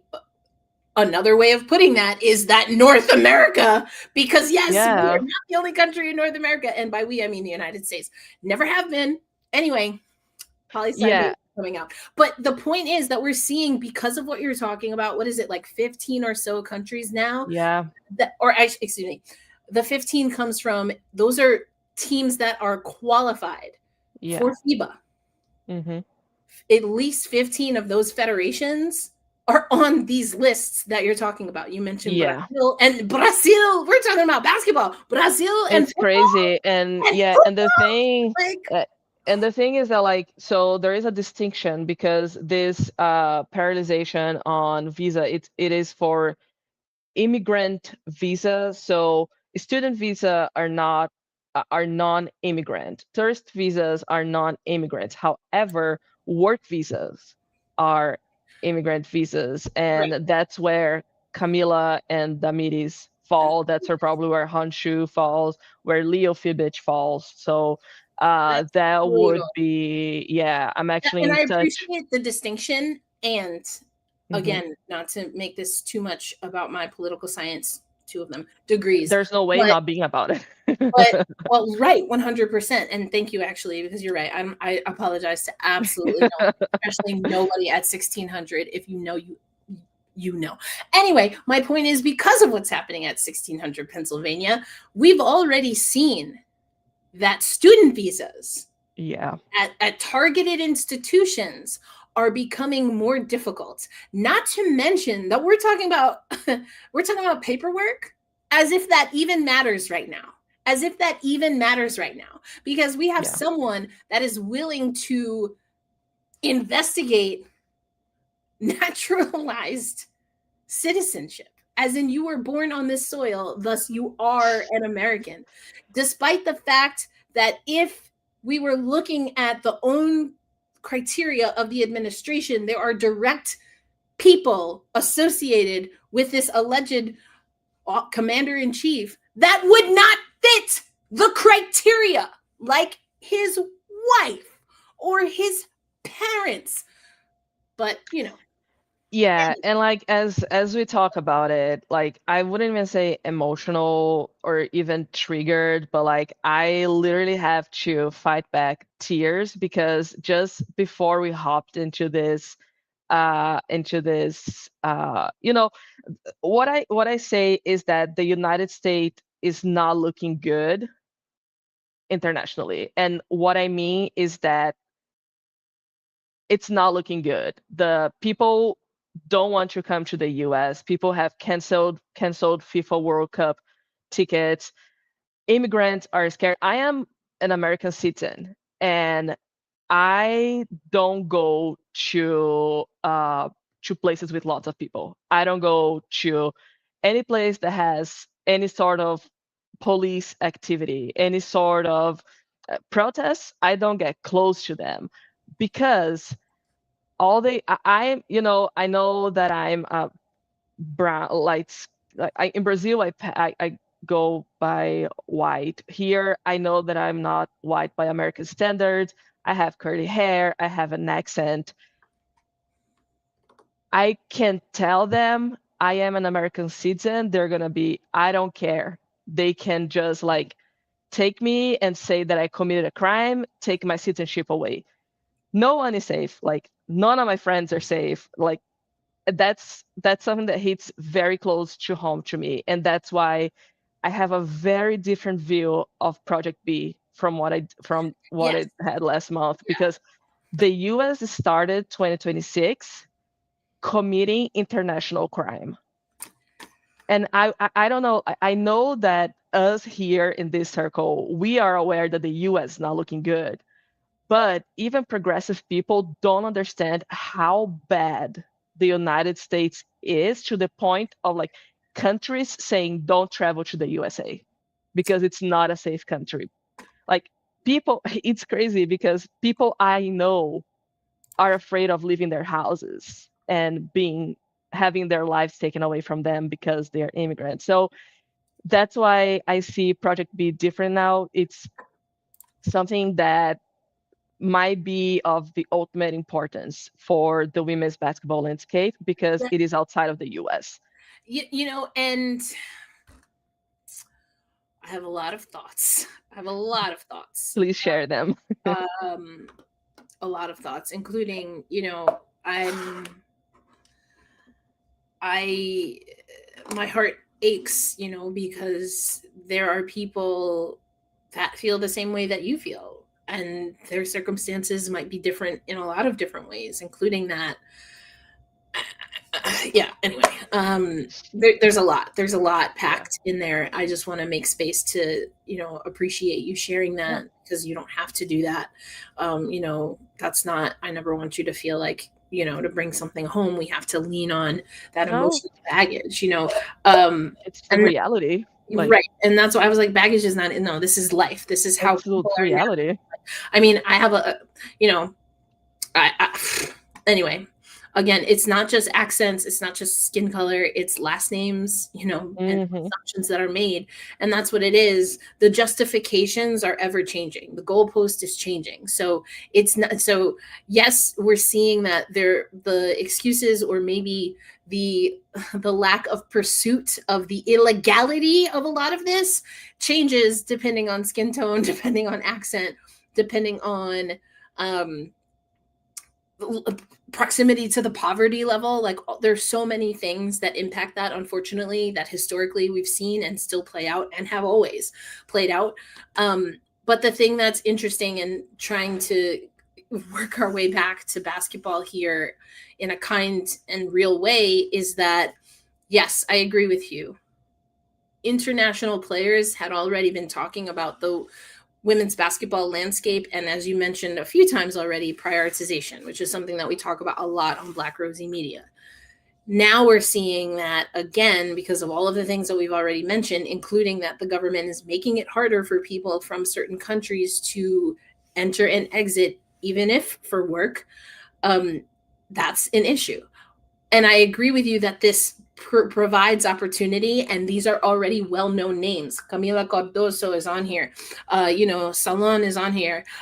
We've got Jewel Lloyd, Kelsey Mitchell, Jonquel Jones, Nneka Ogwumike, and other people. So I'm sorry, but I'm really not. Other people also that are here on the screen. I mean, I don't need to read for y'all. I'm sure that you can read. I look it in the chat for you people. You will figure it out. I summarized a decent amount. I wasn't gonna read the whole thing, Erica, put the et al at the end. Other people. Yeah. But it just, seem appropriate given the shift back to somewhere in the middle. But anyway, this is off the rails, and it's all my fault. And you know what? I am who I am. What can I say? But my point also is that we have also seen, as you've mentioned, you're a U.S. citizen. I'm a U.S. citizen who's very and has always been very politically active. And then there's the case that Black and brown women are policed differently all over the world. So this, yes, has potential to be literally a more safe and not to mention lucrative option for especially international basketball players. But the other side of this, perhaps, that we need to see play out is how, if at all, this will impact U.S. players traveling abroad. And there's a real chance, we've already seen this at the Mexican border, that things and the American exceptionalism that maybe we don't perpetuate, but that the stench of it follows us every time we open our passport, that can impact players who were born in the United States traveling outside of the United States, not to mention that we have seen reports that if you are outspoken on certain things, or if there is any way that this government feels that they can question, despite it being illegal and unconstitutional, that we've seen in practice, that things are made more difficult even for citizens returning to the United States. And how much, if things continue on the way they are, does that become an issue? I think we also have to remind ourselves that eventually, if we get a collective bargaining agreement, which we promise we're going to talk about a little bit today, but we've gotten into a lot of juicy bits here. There's going to be a team in Canada for the first time. And so international borders will be crossed. And, there've been, there's a lot of political tension there, and things are made more difficult when, again, some of that is impacting what is, for a lot of us in North America, considered pretty basic travel. But even things like passport cards and real IDs are under much more scrutiny than they were when we got all those emails saying that we all had to get a real ID, which is wild. But I've asked players before if they're thinking about that. And the answer for the players, at least going into the 29th season or the most recent season of the WNBA, is that a lot of that kind of social justice work has been more internal because the energy has been focused on the collective bargaining agreement. So on the one hand, Project B is coming at a time politically where it could be the best option for players that are considered international from the US perspective. But the other side of that is, what is the impact because of the political landscape on Project B or the ability for US born players to compete in Project B or even feel comfortable competing in Project B? And how does that impact? Maybe it doesn't matter. Of course it matters, because again, that US exceptionalism, US stars are known internationally. International stars are not known in the US. And I mean, I'm just going to call out some people on Black Rosie Media every once in a while, not our hosts, but people in the comments have been like, oh, I really wish we did focus more on US talent. And this was on a show where we were talking about the 2024 championship WNBA team, the New York Liberty, who literally had two Germans lead the way in overtime to their first ever championship. So I think we've been all over the place here, and it's an important conversation. And apologies if politics and sports aren't your thing, because we're now going to talk about unions and collective bargaining. Brian, you and Roberta have been keeping up with this, but another piece of this is that, again, we don't have a CBA, and we're getting to the point where it's pretty much inevitable after a certain point at February 1, really, and probably a week or two before, that we are delayed for this season. So let's talk about what is status quo. That's where we're at now. No extension. We're in the status quo period. But what does that actually mean, Brian? And what have the players been doing, even though the league is saying, hey, let's go on business as usual? But the Players Association and its players individually have kind of had an agreement about how they want to operate in this status quo period. Yeah. So status quo is basically that when a new CBA isn't agreed to, the conditions of the last CBA carry through. So at my job a while back, when we were negotiating a new CBA, it's the conditions from the last one carry through. So same standards, same expectations, same sort of billing pay, all those kind of things. Everything is as it was effective October 30th, 2025. That CBA that was signed in 2020 up until then carries through. So that's why there was the reporting that the league was like, teams, offer qualifying offers, do the normal business. That's part of status quo. And that's the sort of like keeping the business normal, because this time of January is when offers start trickling through, negotiations, backdoor conversations, all those kind of things. This is the time period where that usually happens. Yeah. And so this is like you said, qualifying offers, this is for restricted free agents, right? Yeah. Or players that maybe are looking for or are being offered contract extensions and things of that nature, or players who were inactive maybe, but their rights still belong to a WNBA team. Around this time, we'd start to see, again, on that transactions page, some movement. Yes. And as you said, the league saying, let's keep doing that. The players being like, don't sign nothing. Don't sign a paper that you wouldn't sign in front of an attorney. Basically, and the players, so personal, like, don't sign anything, don't even bother. There was reporting in the front office sports where teams were like, this is a waste of time. We don't even know what the salary cap is. What are we offering you if we don't know what the numbers are going to be?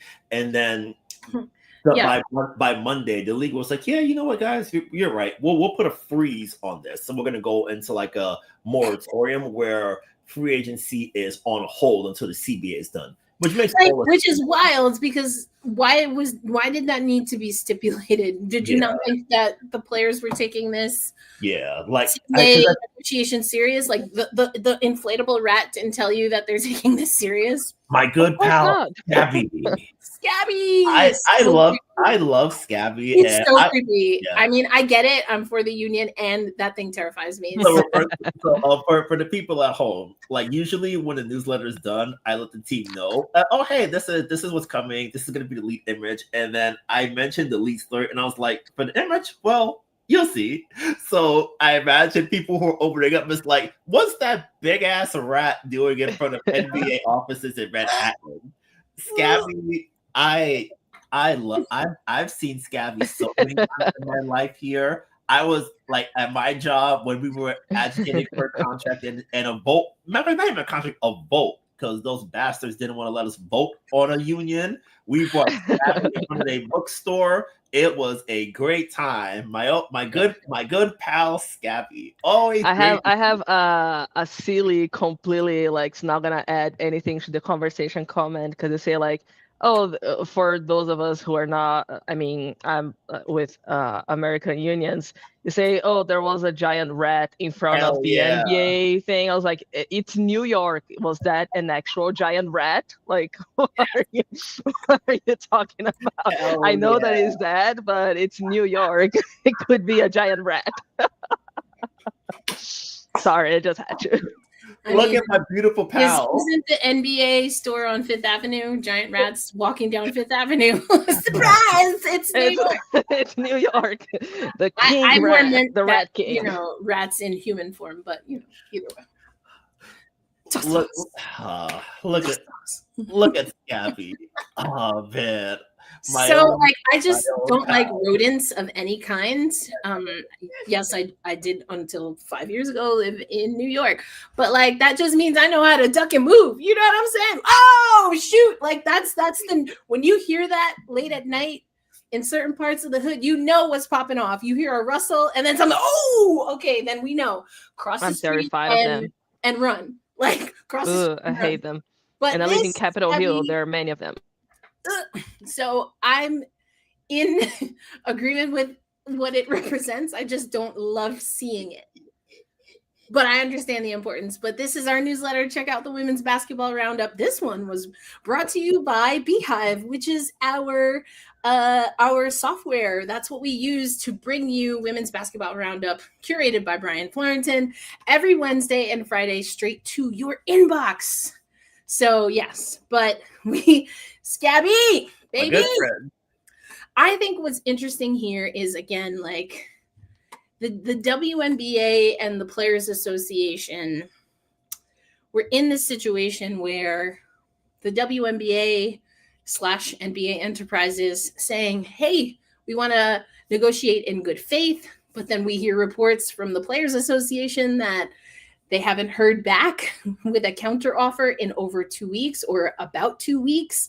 And then the 2 weeks leading up to the, third deadline.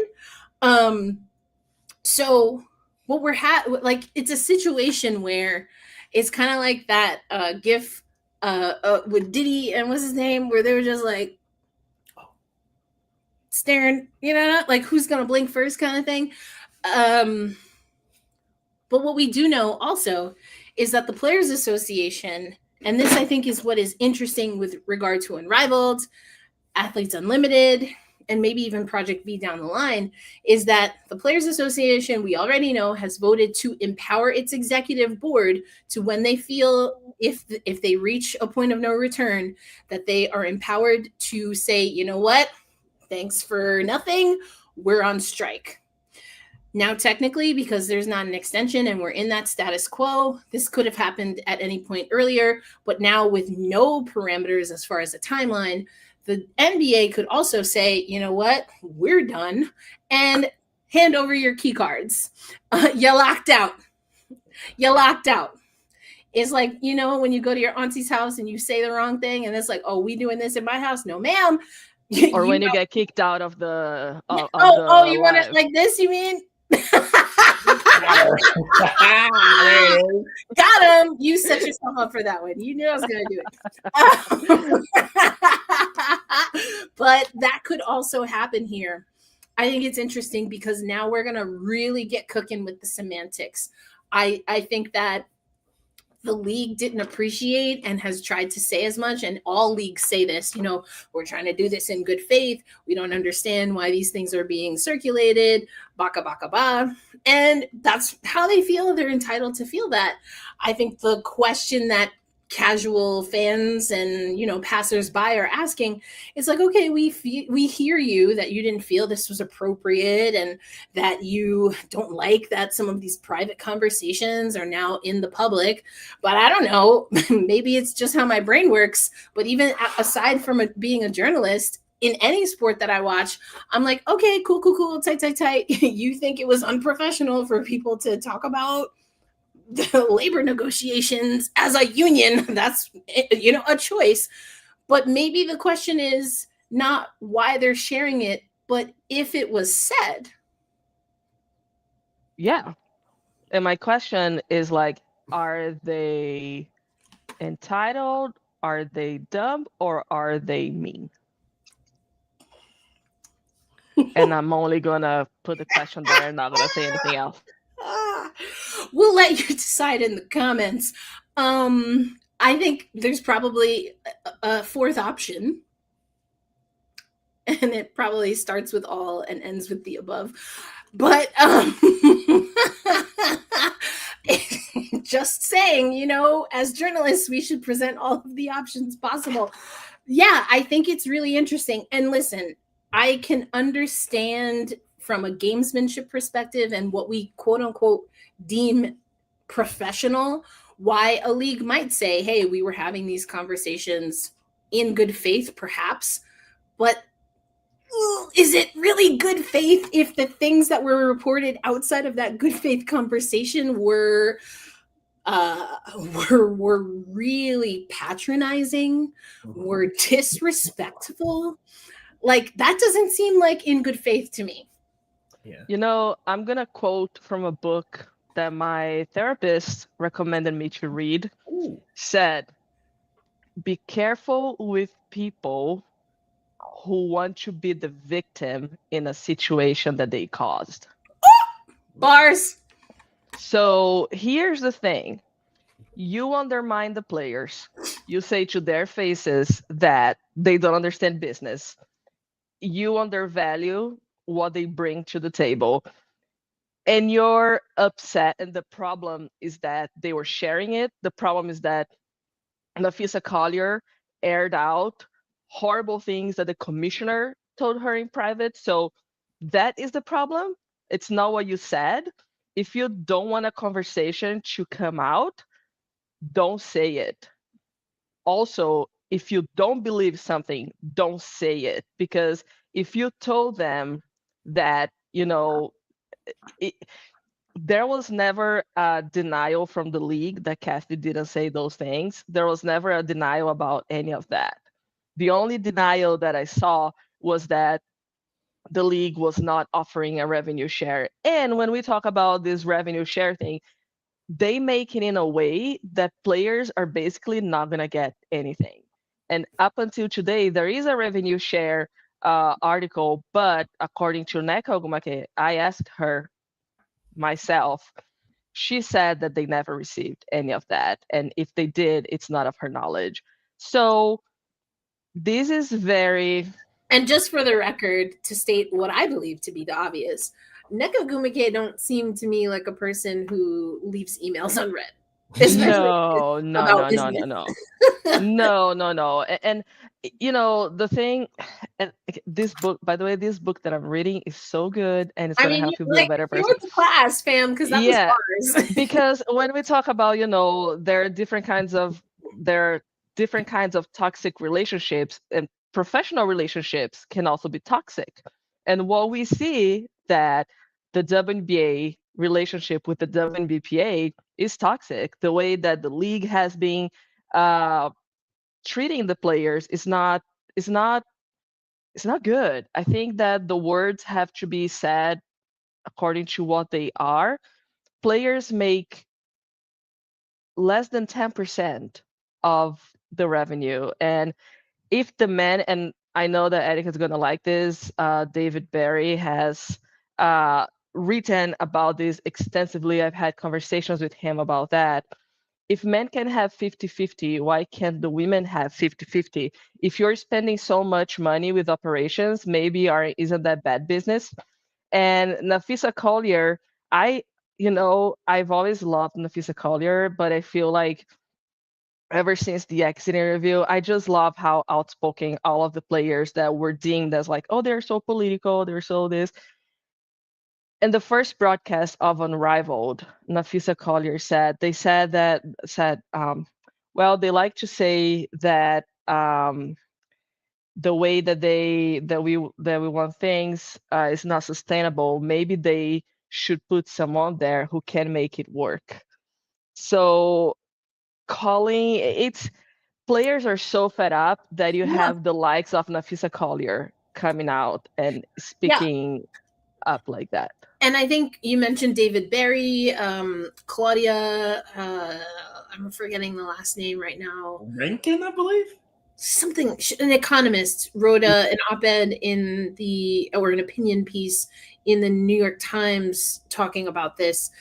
The thing is that, again, the more information that the league does offer, for their sake, I almost wish they would just kind of stop because some of the reporting that we've seen is that the deal that the WNBPA is proposing would lose the WNBA, $700 million or something over the course of the contract. But what the Players Association is asking, which is a valid question, is, okay, well, what are you considering revenue? Which is wild that we have to even stipulate, because revenue has a pretty well-established definition. But because players, I think, are questioning if expansion fees are part of that revenue. Because if $700 million is out the window, as Natisha Heidemann might say, right? That little crush that I thought out the window, Sky. If I had a new if $700 million is out the window, then you have at least 500 that's coming from the two teams that are supposed to enter the league in the next season. That doesn't even count the ones coming down the pike, nor the ones that have already paid fees, but the fees keep going up.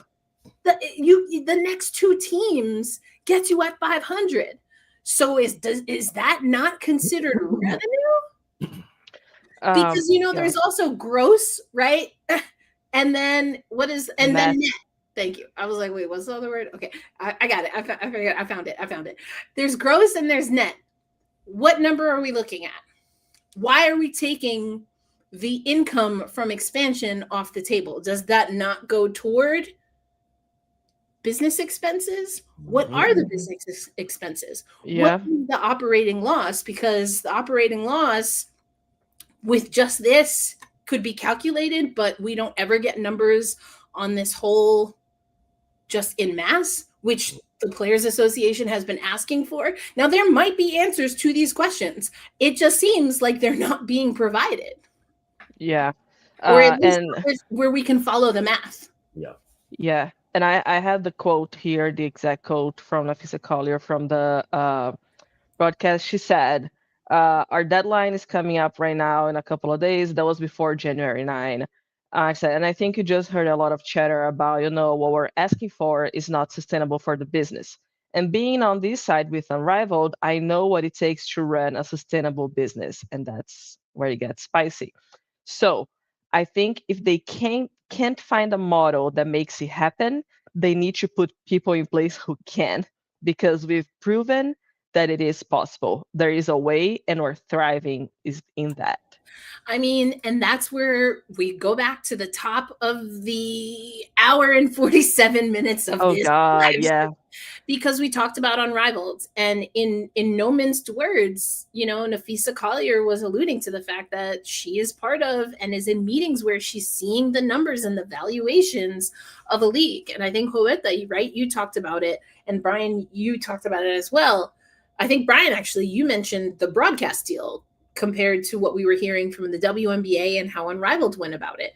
But like another way is possible. But Brian, what is really gagging me over all of this is that the WNBA, and if I extend this more broadly to the men of the interwebs, the collective men, not any specific, although I'm sure I could pull up an account handle or two. But the point is that we always hear, it's business 101. It's business 101. Well, if you're, again, getting at least $500 million just in two expansion teams, and you're saying you're going to lose $700 million, whose fault? How is that the players' fault? How should they eat that when they don't have a hand directly in bringing that to pass?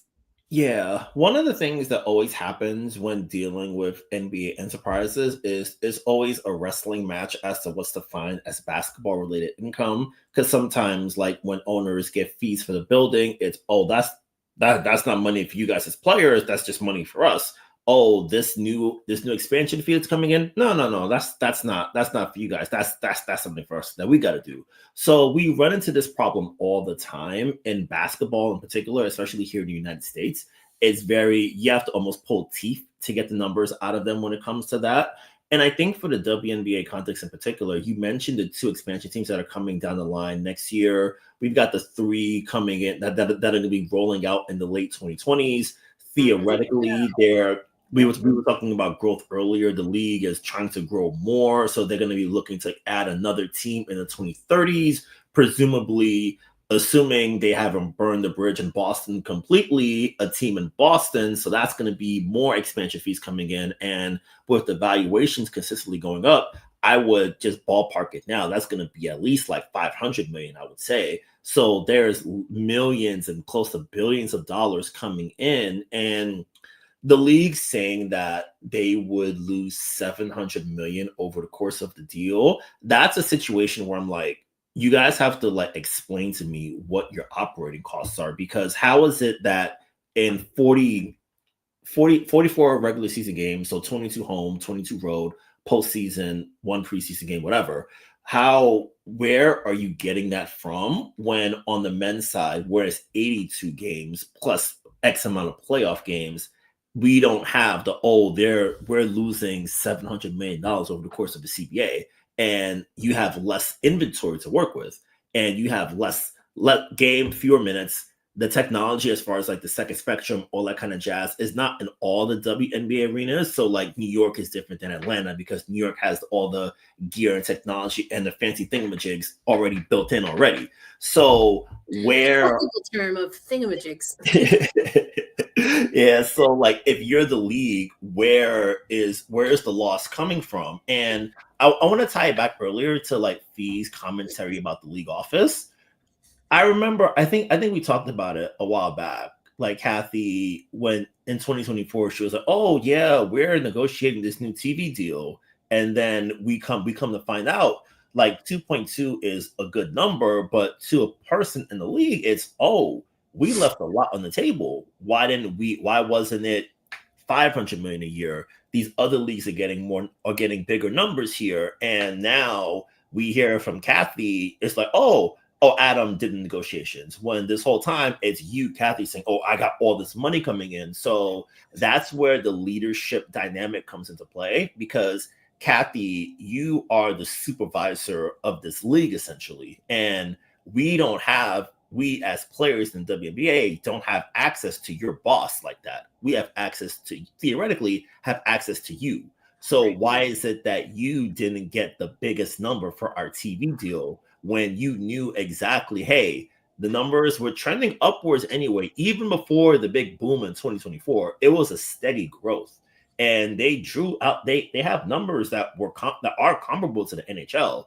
And the NHL got a pretty penny in their TV deal. So it's, hey, Kathy, you're the one who said, I got this money. Caitlin Clark, if it wasn't for me, you wouldn't get this money that you get. And it's, okay. If you're playing it like that, I'm going to treat you like that. And me treating you like that means, hey, this number, while it's decent, why didn't you get more? And it's, I'm the boss, I'm in charge, I'm this, I'm that. It all comes to me. I'm just a great negotiator. Me and my fancy Deloitte spreadsheets are saying that women's sports is making so much money. It's all right. That's if that's the dance floor, this is the dance floor, and the music is playing. Let's dance. How is it that you, as a commissioner in a league office, how is it that you didn't max out the TV deal when everybody knew this was the one to get? You had to get it right. You had to hit it. Eric, I remember Erica at the time before the deal was announced. You were saying that the minimum, because I was like, 2 would be good. He was like, no, not 2, 5. Like 5 is the minimum. And it came out to 2, and it's like, Why didn't you Well, get and where does that come from though, right? Because the valuation, we hear Kathy talk about valuations all the time. The valuations are on the rise, on the rise, on the rise. I mean, we've seen real quick that, a certain draft class immediately got charters. Why? And the quote is not exact, but it's pretty close to accurate. Because we could. Mhm. You mean to tell me 26-ish seasons and all of a sudden it's a because we could? Yeah. What we doing, fam?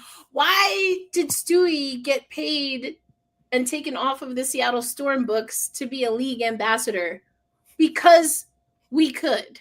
Now that was a whole different leadership team, but still some shady things. Yeah. You know what I'm saying? But to your point about broadcast, we see that Sephora started from, again, uniforms for officials and a suite in season 1 of Unrivaled to they literally have their whole name on the arena. What happens when you package women's basketball and men's basketball and you prioritize men's basketball is that might not be a good fit for Sephora. But if you separate the pie and you allow women's basketball to operate and cook as its own entity, then maybe you'll see a Sephora step to the table, among other people. I'm just using one example, and we are not sponsored, but totally open. Sephora, like, hit us up. Let's go. But, let's go. Like, everyone. Oh my God, yes. I just got skincare products there yesterday. So. Glam Fam, we love it. We love it. I have an account. I'm using my points. I make sure to get my gift every time I go. I use my points yesterday. Let's go, Glam Fam. I know I get my anyway. So Sephora, like, hit us up. We have things, but the point is that, and Kelsey Plum talked about this. I think ahead of the last CBA negotiation, or maybe just after. Yes, product placement. Clink, clink, clink, clink, clink. These are my non-existent nails.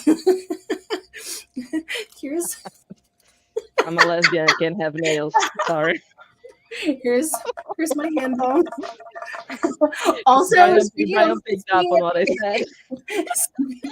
audio, all this time I thought this microphone was on, and I realized it's not. So that's fantastic. The mic is on.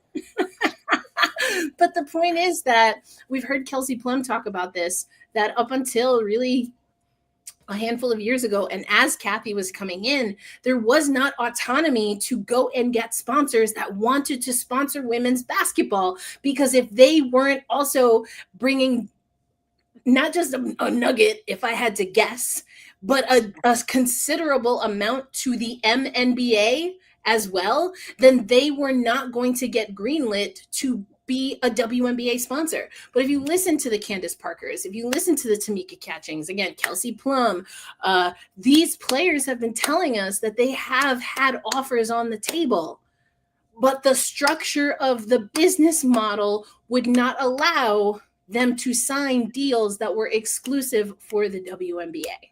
Mm-hmm. And there's still some of that. La Crema is part of, I almost said Whittier, but I know that's a community here in Tulsa. Kendall Jackson. I was like, Whittier, that's a Tulsa thing. Kendall Jackson, right? Wine. And La Crema is the wine of the WNBA. But those are partner companies. Skims is an NBA sponsor, although I would argue for most people, even people who maybe enjoy the male body, they'd probably prefer to see Skylar Diggins in a Skims commercial and Kelsey Plum and Cam in a Skims commercial than literally anyone in the MNBA. I don't know. Maybe I'm just projecting my thoughts. But even for me, I'm like, I've already mentioned that I'm a lesbian. I can't comment on those things. I mean, listen, the Marky Mark era had its moment. Not everyone's gonna hit that, and I just don't know. Outside of, I just don't know.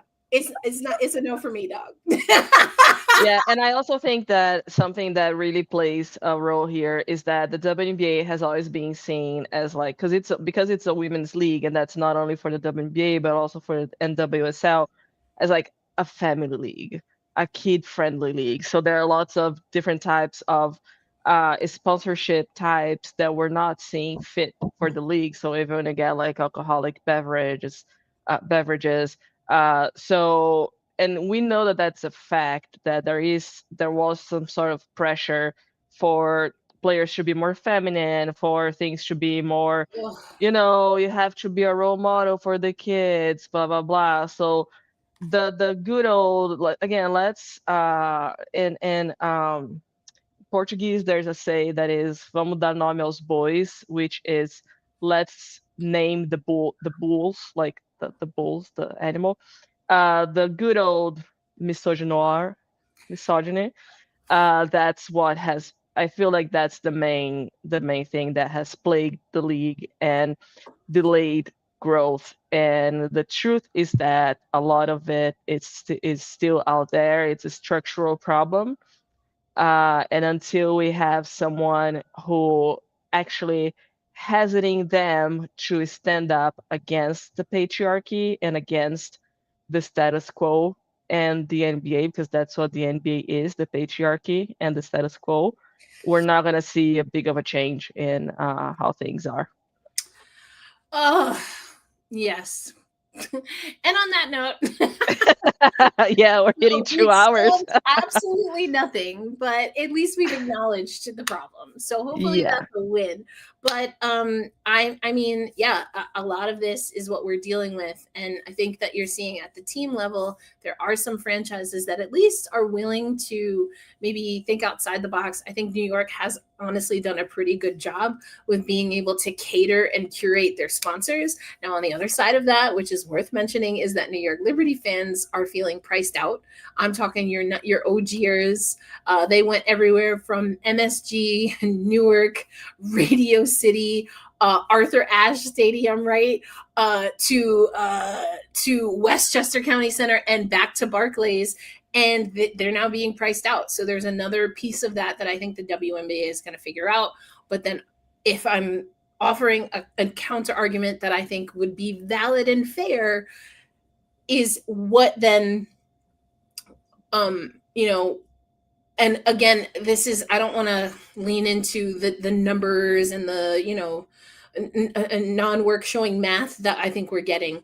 But at some point, yes, to sustain even things that I think are maybe losing a little bit of traction, perhaps in the negotiations, like retired players' benefits and pensions, that money has to be sustainable. You have to build up, right? Effectively, if we think about it, of like a what's the term? I volunteer on a lot of fundraising things for my alma mater, and you want it to be an endowed. Effectively, we talk about endowed scholarships. This wouldn't be a scholarship, but you want a chunk of change that's endowed. That basically means that what it starts at, or whatever the endowment number is, and then anything interest that is accrued, that number is earmarked specifically for something, and that is guaranteed. As much as money can be guaranteed with how the economy works in capitalistic societies, but that's a whole nother thing. Didn't study economics for long, but I know enough to know a few things. But the point is that those kinds of things, those have to be set. And the way that the math and the economics isn't working, or at least isn't being discussed, I have no faith that there is any chunk of change for even the existing athletes, let alone the athletes that literally built this league and kept it moving for all those years. And so there's so much, again, that we have to talk about, and we are not afraid to go to the political of it, the economic of it, the geopolitical of it all, and, make a few jokes along the way. But this has been a special edition of Tempestagi Talk and a little bit of Gotta Get Up here. Those are our two flagship women's basketball podcasts here at Tempestagi Talk, with Roberta and I talking about the Seattle Storm, and Gotta Get Up with Brian and I. Oh, that was aggressive. Gotta Get Up. There you go. There we go. I'll be fair. Tempestagi Talk and Gotta Get Up. Our two basketball podcasts, but we are going to leave it there for now. We are in the off season now. Usually in the off season we do exit interviews one by one, but since a lot of teams didn't want to do them and a lot of players didn't participate, we changed it up a little. So we will be talking about Project B. We obviously have to talk about the collective bargaining agreement. And yes, we are going to talk about basketball, not the attendance, but basketball. The basketball. We're going to talk about basketball here. And that right now is NCAA, Unrivaled, and eventually Athletes Unlimited. But we will get out of here on a basketball conversation. Now, I know it can be a lot to keep up with everything in this quote unquote off season, but I think we can all say that there is a big conversation around UConn that people are having, and we'll close with this. But UConn is one of 3 teams that is currently, as of right now, and as we're recording, and Brian, you alluded to this, we have a pretty big matchup coming up soon. But there are 3 teams, Vanderbilt, Texas Tech, and UConn, as of this week, that are all undefeated. Tejas got taken down by Kim Mulkey's sequence jacket and her LSU squad. And, Vic Schaefer had a lot of things to say about the schedule after the loss. And then Ole Miss and Coach Yo had a lot of things to say about the slip slide that we saw in the poll. But what we do know, the AP poll, I don't know what poll y'all talking about. The AP poll. Just to be clear, don't clip that. It ain't that kind of party. So, but who do we think stands the best chance of remaining undefeated, and why is it probably UConn? Brian, we'll start with you. Oh yeah, I think it's UConn by default. Like, to tie back to Vic Schaefer's conversation, I'm gonna have more about it on the newsletter coming up this Friday. The best way to think of the SEC and for Vanderbilt's chances this year is like, for the wrestling fans in the audience, it's like the Royal Rumble, where it's like, oh my God, I have a minute to breathe. And then, I hear the music. Who's coming down the aisle? South Carolina. Like, no breaths. Oh, wait, I escaped this matchup. Who's waiting for me? Michaela Williams and LSU. And it's like, oh my God, there's no breaks. And then the SEC is so tough. And I took a look at Vanderbilt's schedule. Like, they have a lot of beef coming up. Like, I'm looking at it now. They've got Michigan coming up on Monday, MLK Day. They've got South Carolina in 2 Sundays from now at South Carolina, then following up with Ole Miss. They go to Kentucky, who took down LSU. Like, Kentucky's been awesome. They had a top 5 win against Oklahoma over the weekend. So sure did. Making it, if they make it out the SEC, I feel like I'll be like, hey, you know what? My brain is completely fried. I mean, it took a coin flip to even figure out what the seeding was going to be for the tournament, for the conference tournament last year. And that was controversial. Yep. So we were like, I guess we'll flip a coin. We never had to do this before. But here comes Don Staley and Vic Schaefer in the same conference, making things difficult. But unfortunately, Texas Longhorns, who were the first ever team to go undefeated and win an NCAA title, they are no longer undefeated.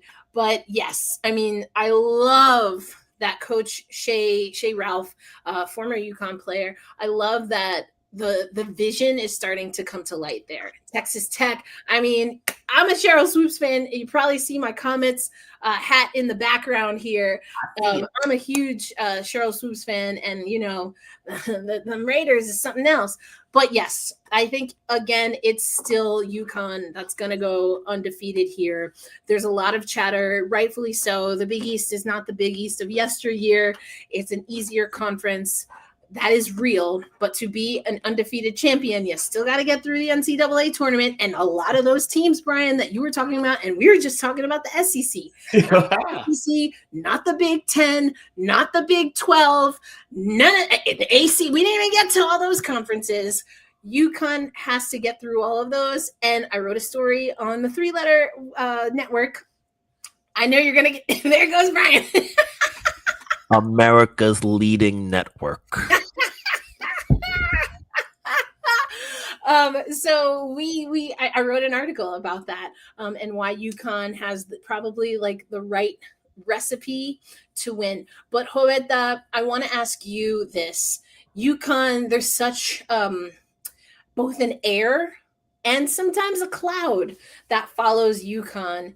Do you think we will have the conversation of UConn going undefeated, whether that's good or bad for women's basketball? I mean, yes, of course, this conversation is going to happen because, as we talked earlier, unfortunately, there's a lot of lazy journalism. And with the advent of AI, it has got even worse. So that's And that's a going to different be, AI. We were talking about Allen Iverson. That's the good AI. We're talking yeah. about artificial intelligence. That's the bad AI. Yeah, that's the bad AI that's ending the water in the world and creating stupid headlines for women's basketball. So I think it's an easy clickbait. Is it good for women's basketball?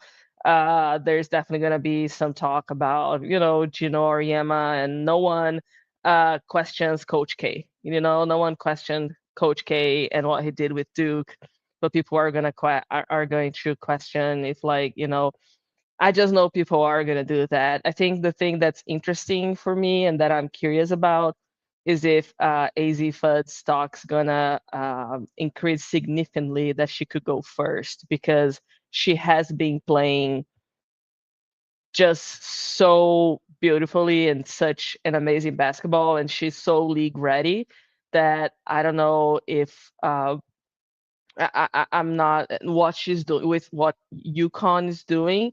I don't think it's completely unrealistic that she would go number one. Any like social media fandom aside, I'm not taking that into consideration for anything, either for good or for bad. I'm Right. just saying that, like, with the way that she has been playing, she's going 90 50 90 40 90 50 40 40, yeah. 90 40 50.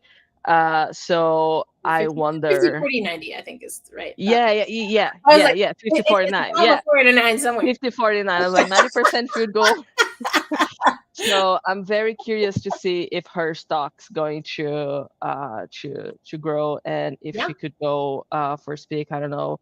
I've heard things about Lauren Batts that it's not a sure thing that she's gonna go first. Then we have Olivia Miles. There's not a certain number one pick right now. There's the talent pool is so big. So that's the thing that I'm very curious. Like, who is going to end the season as, like, oh yeah, that's going to be the number one pick.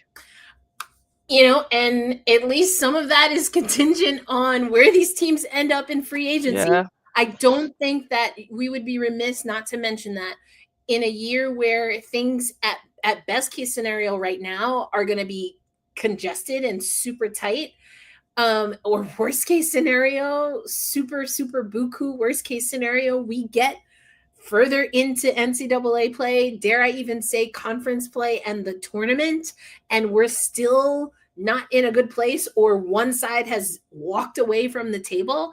How do you know who is the number one pick when the majority of WNBA teams, really all of them, including two new ones, don't have rosters? Because who are you taking number one? And maybe you can argue, okay, the number one pick, this is a Seattle podcast, so it's time for my favorite. I'm not wearing earrings, but if I were, Hit I it. would them Hit off. it. Hit it. Because we've seen that even in Seattle, when you have the number two pick, that doesn't mean you play the number two pick. There it is. We've seen that happen. That cannot Mhm. happen in this upcoming draft. If you have a high draft, you need to grab best available, especially if things are still in limbo or maybe not favorable in how you thought they would be because of the quick turnaround. You need to grab best available, and you do miss me with anyone under the top 5 not getting minutes in the first season.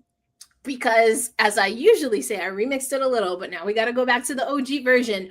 When you have the number 2 pick, you play the number 2 pick. I don't care about development. Oh, we gonna develop in real time on the court. Develop by getting Brittany Griner's elbow straight to the chest. That's how we develop here. Okay, like we need to play these top picks. And yes, some might be more game ready than the others, but you got to build a team, fam. And we are behind. Tick tock, tick tock, tick tock. Grab best available and figure the rest out later. That's all I gotta say. Yeah. Oh, this is interesting. And we will close for real after this. Steven saying, methinks, I love this because I was just watching Poldark. Love Masterpiece. Shout out PBS. We see you doing the good work. Methinks women's basketball media guide for casual fans would be kind of dope.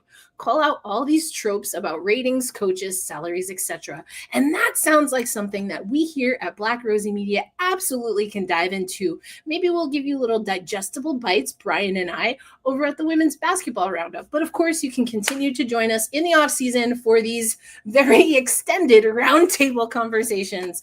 But hopefully that give you a lot of food for thought. But for Roberta Rodrigues and Brian Fleurantin, I am Erica L. Ayala, and we are going to get you out of here for real. Thanks for tuning in. Please do subscribe to Black Rosie Media, including our Olympic coverage, because we are going to Italy. Until next time, peace out, everybody.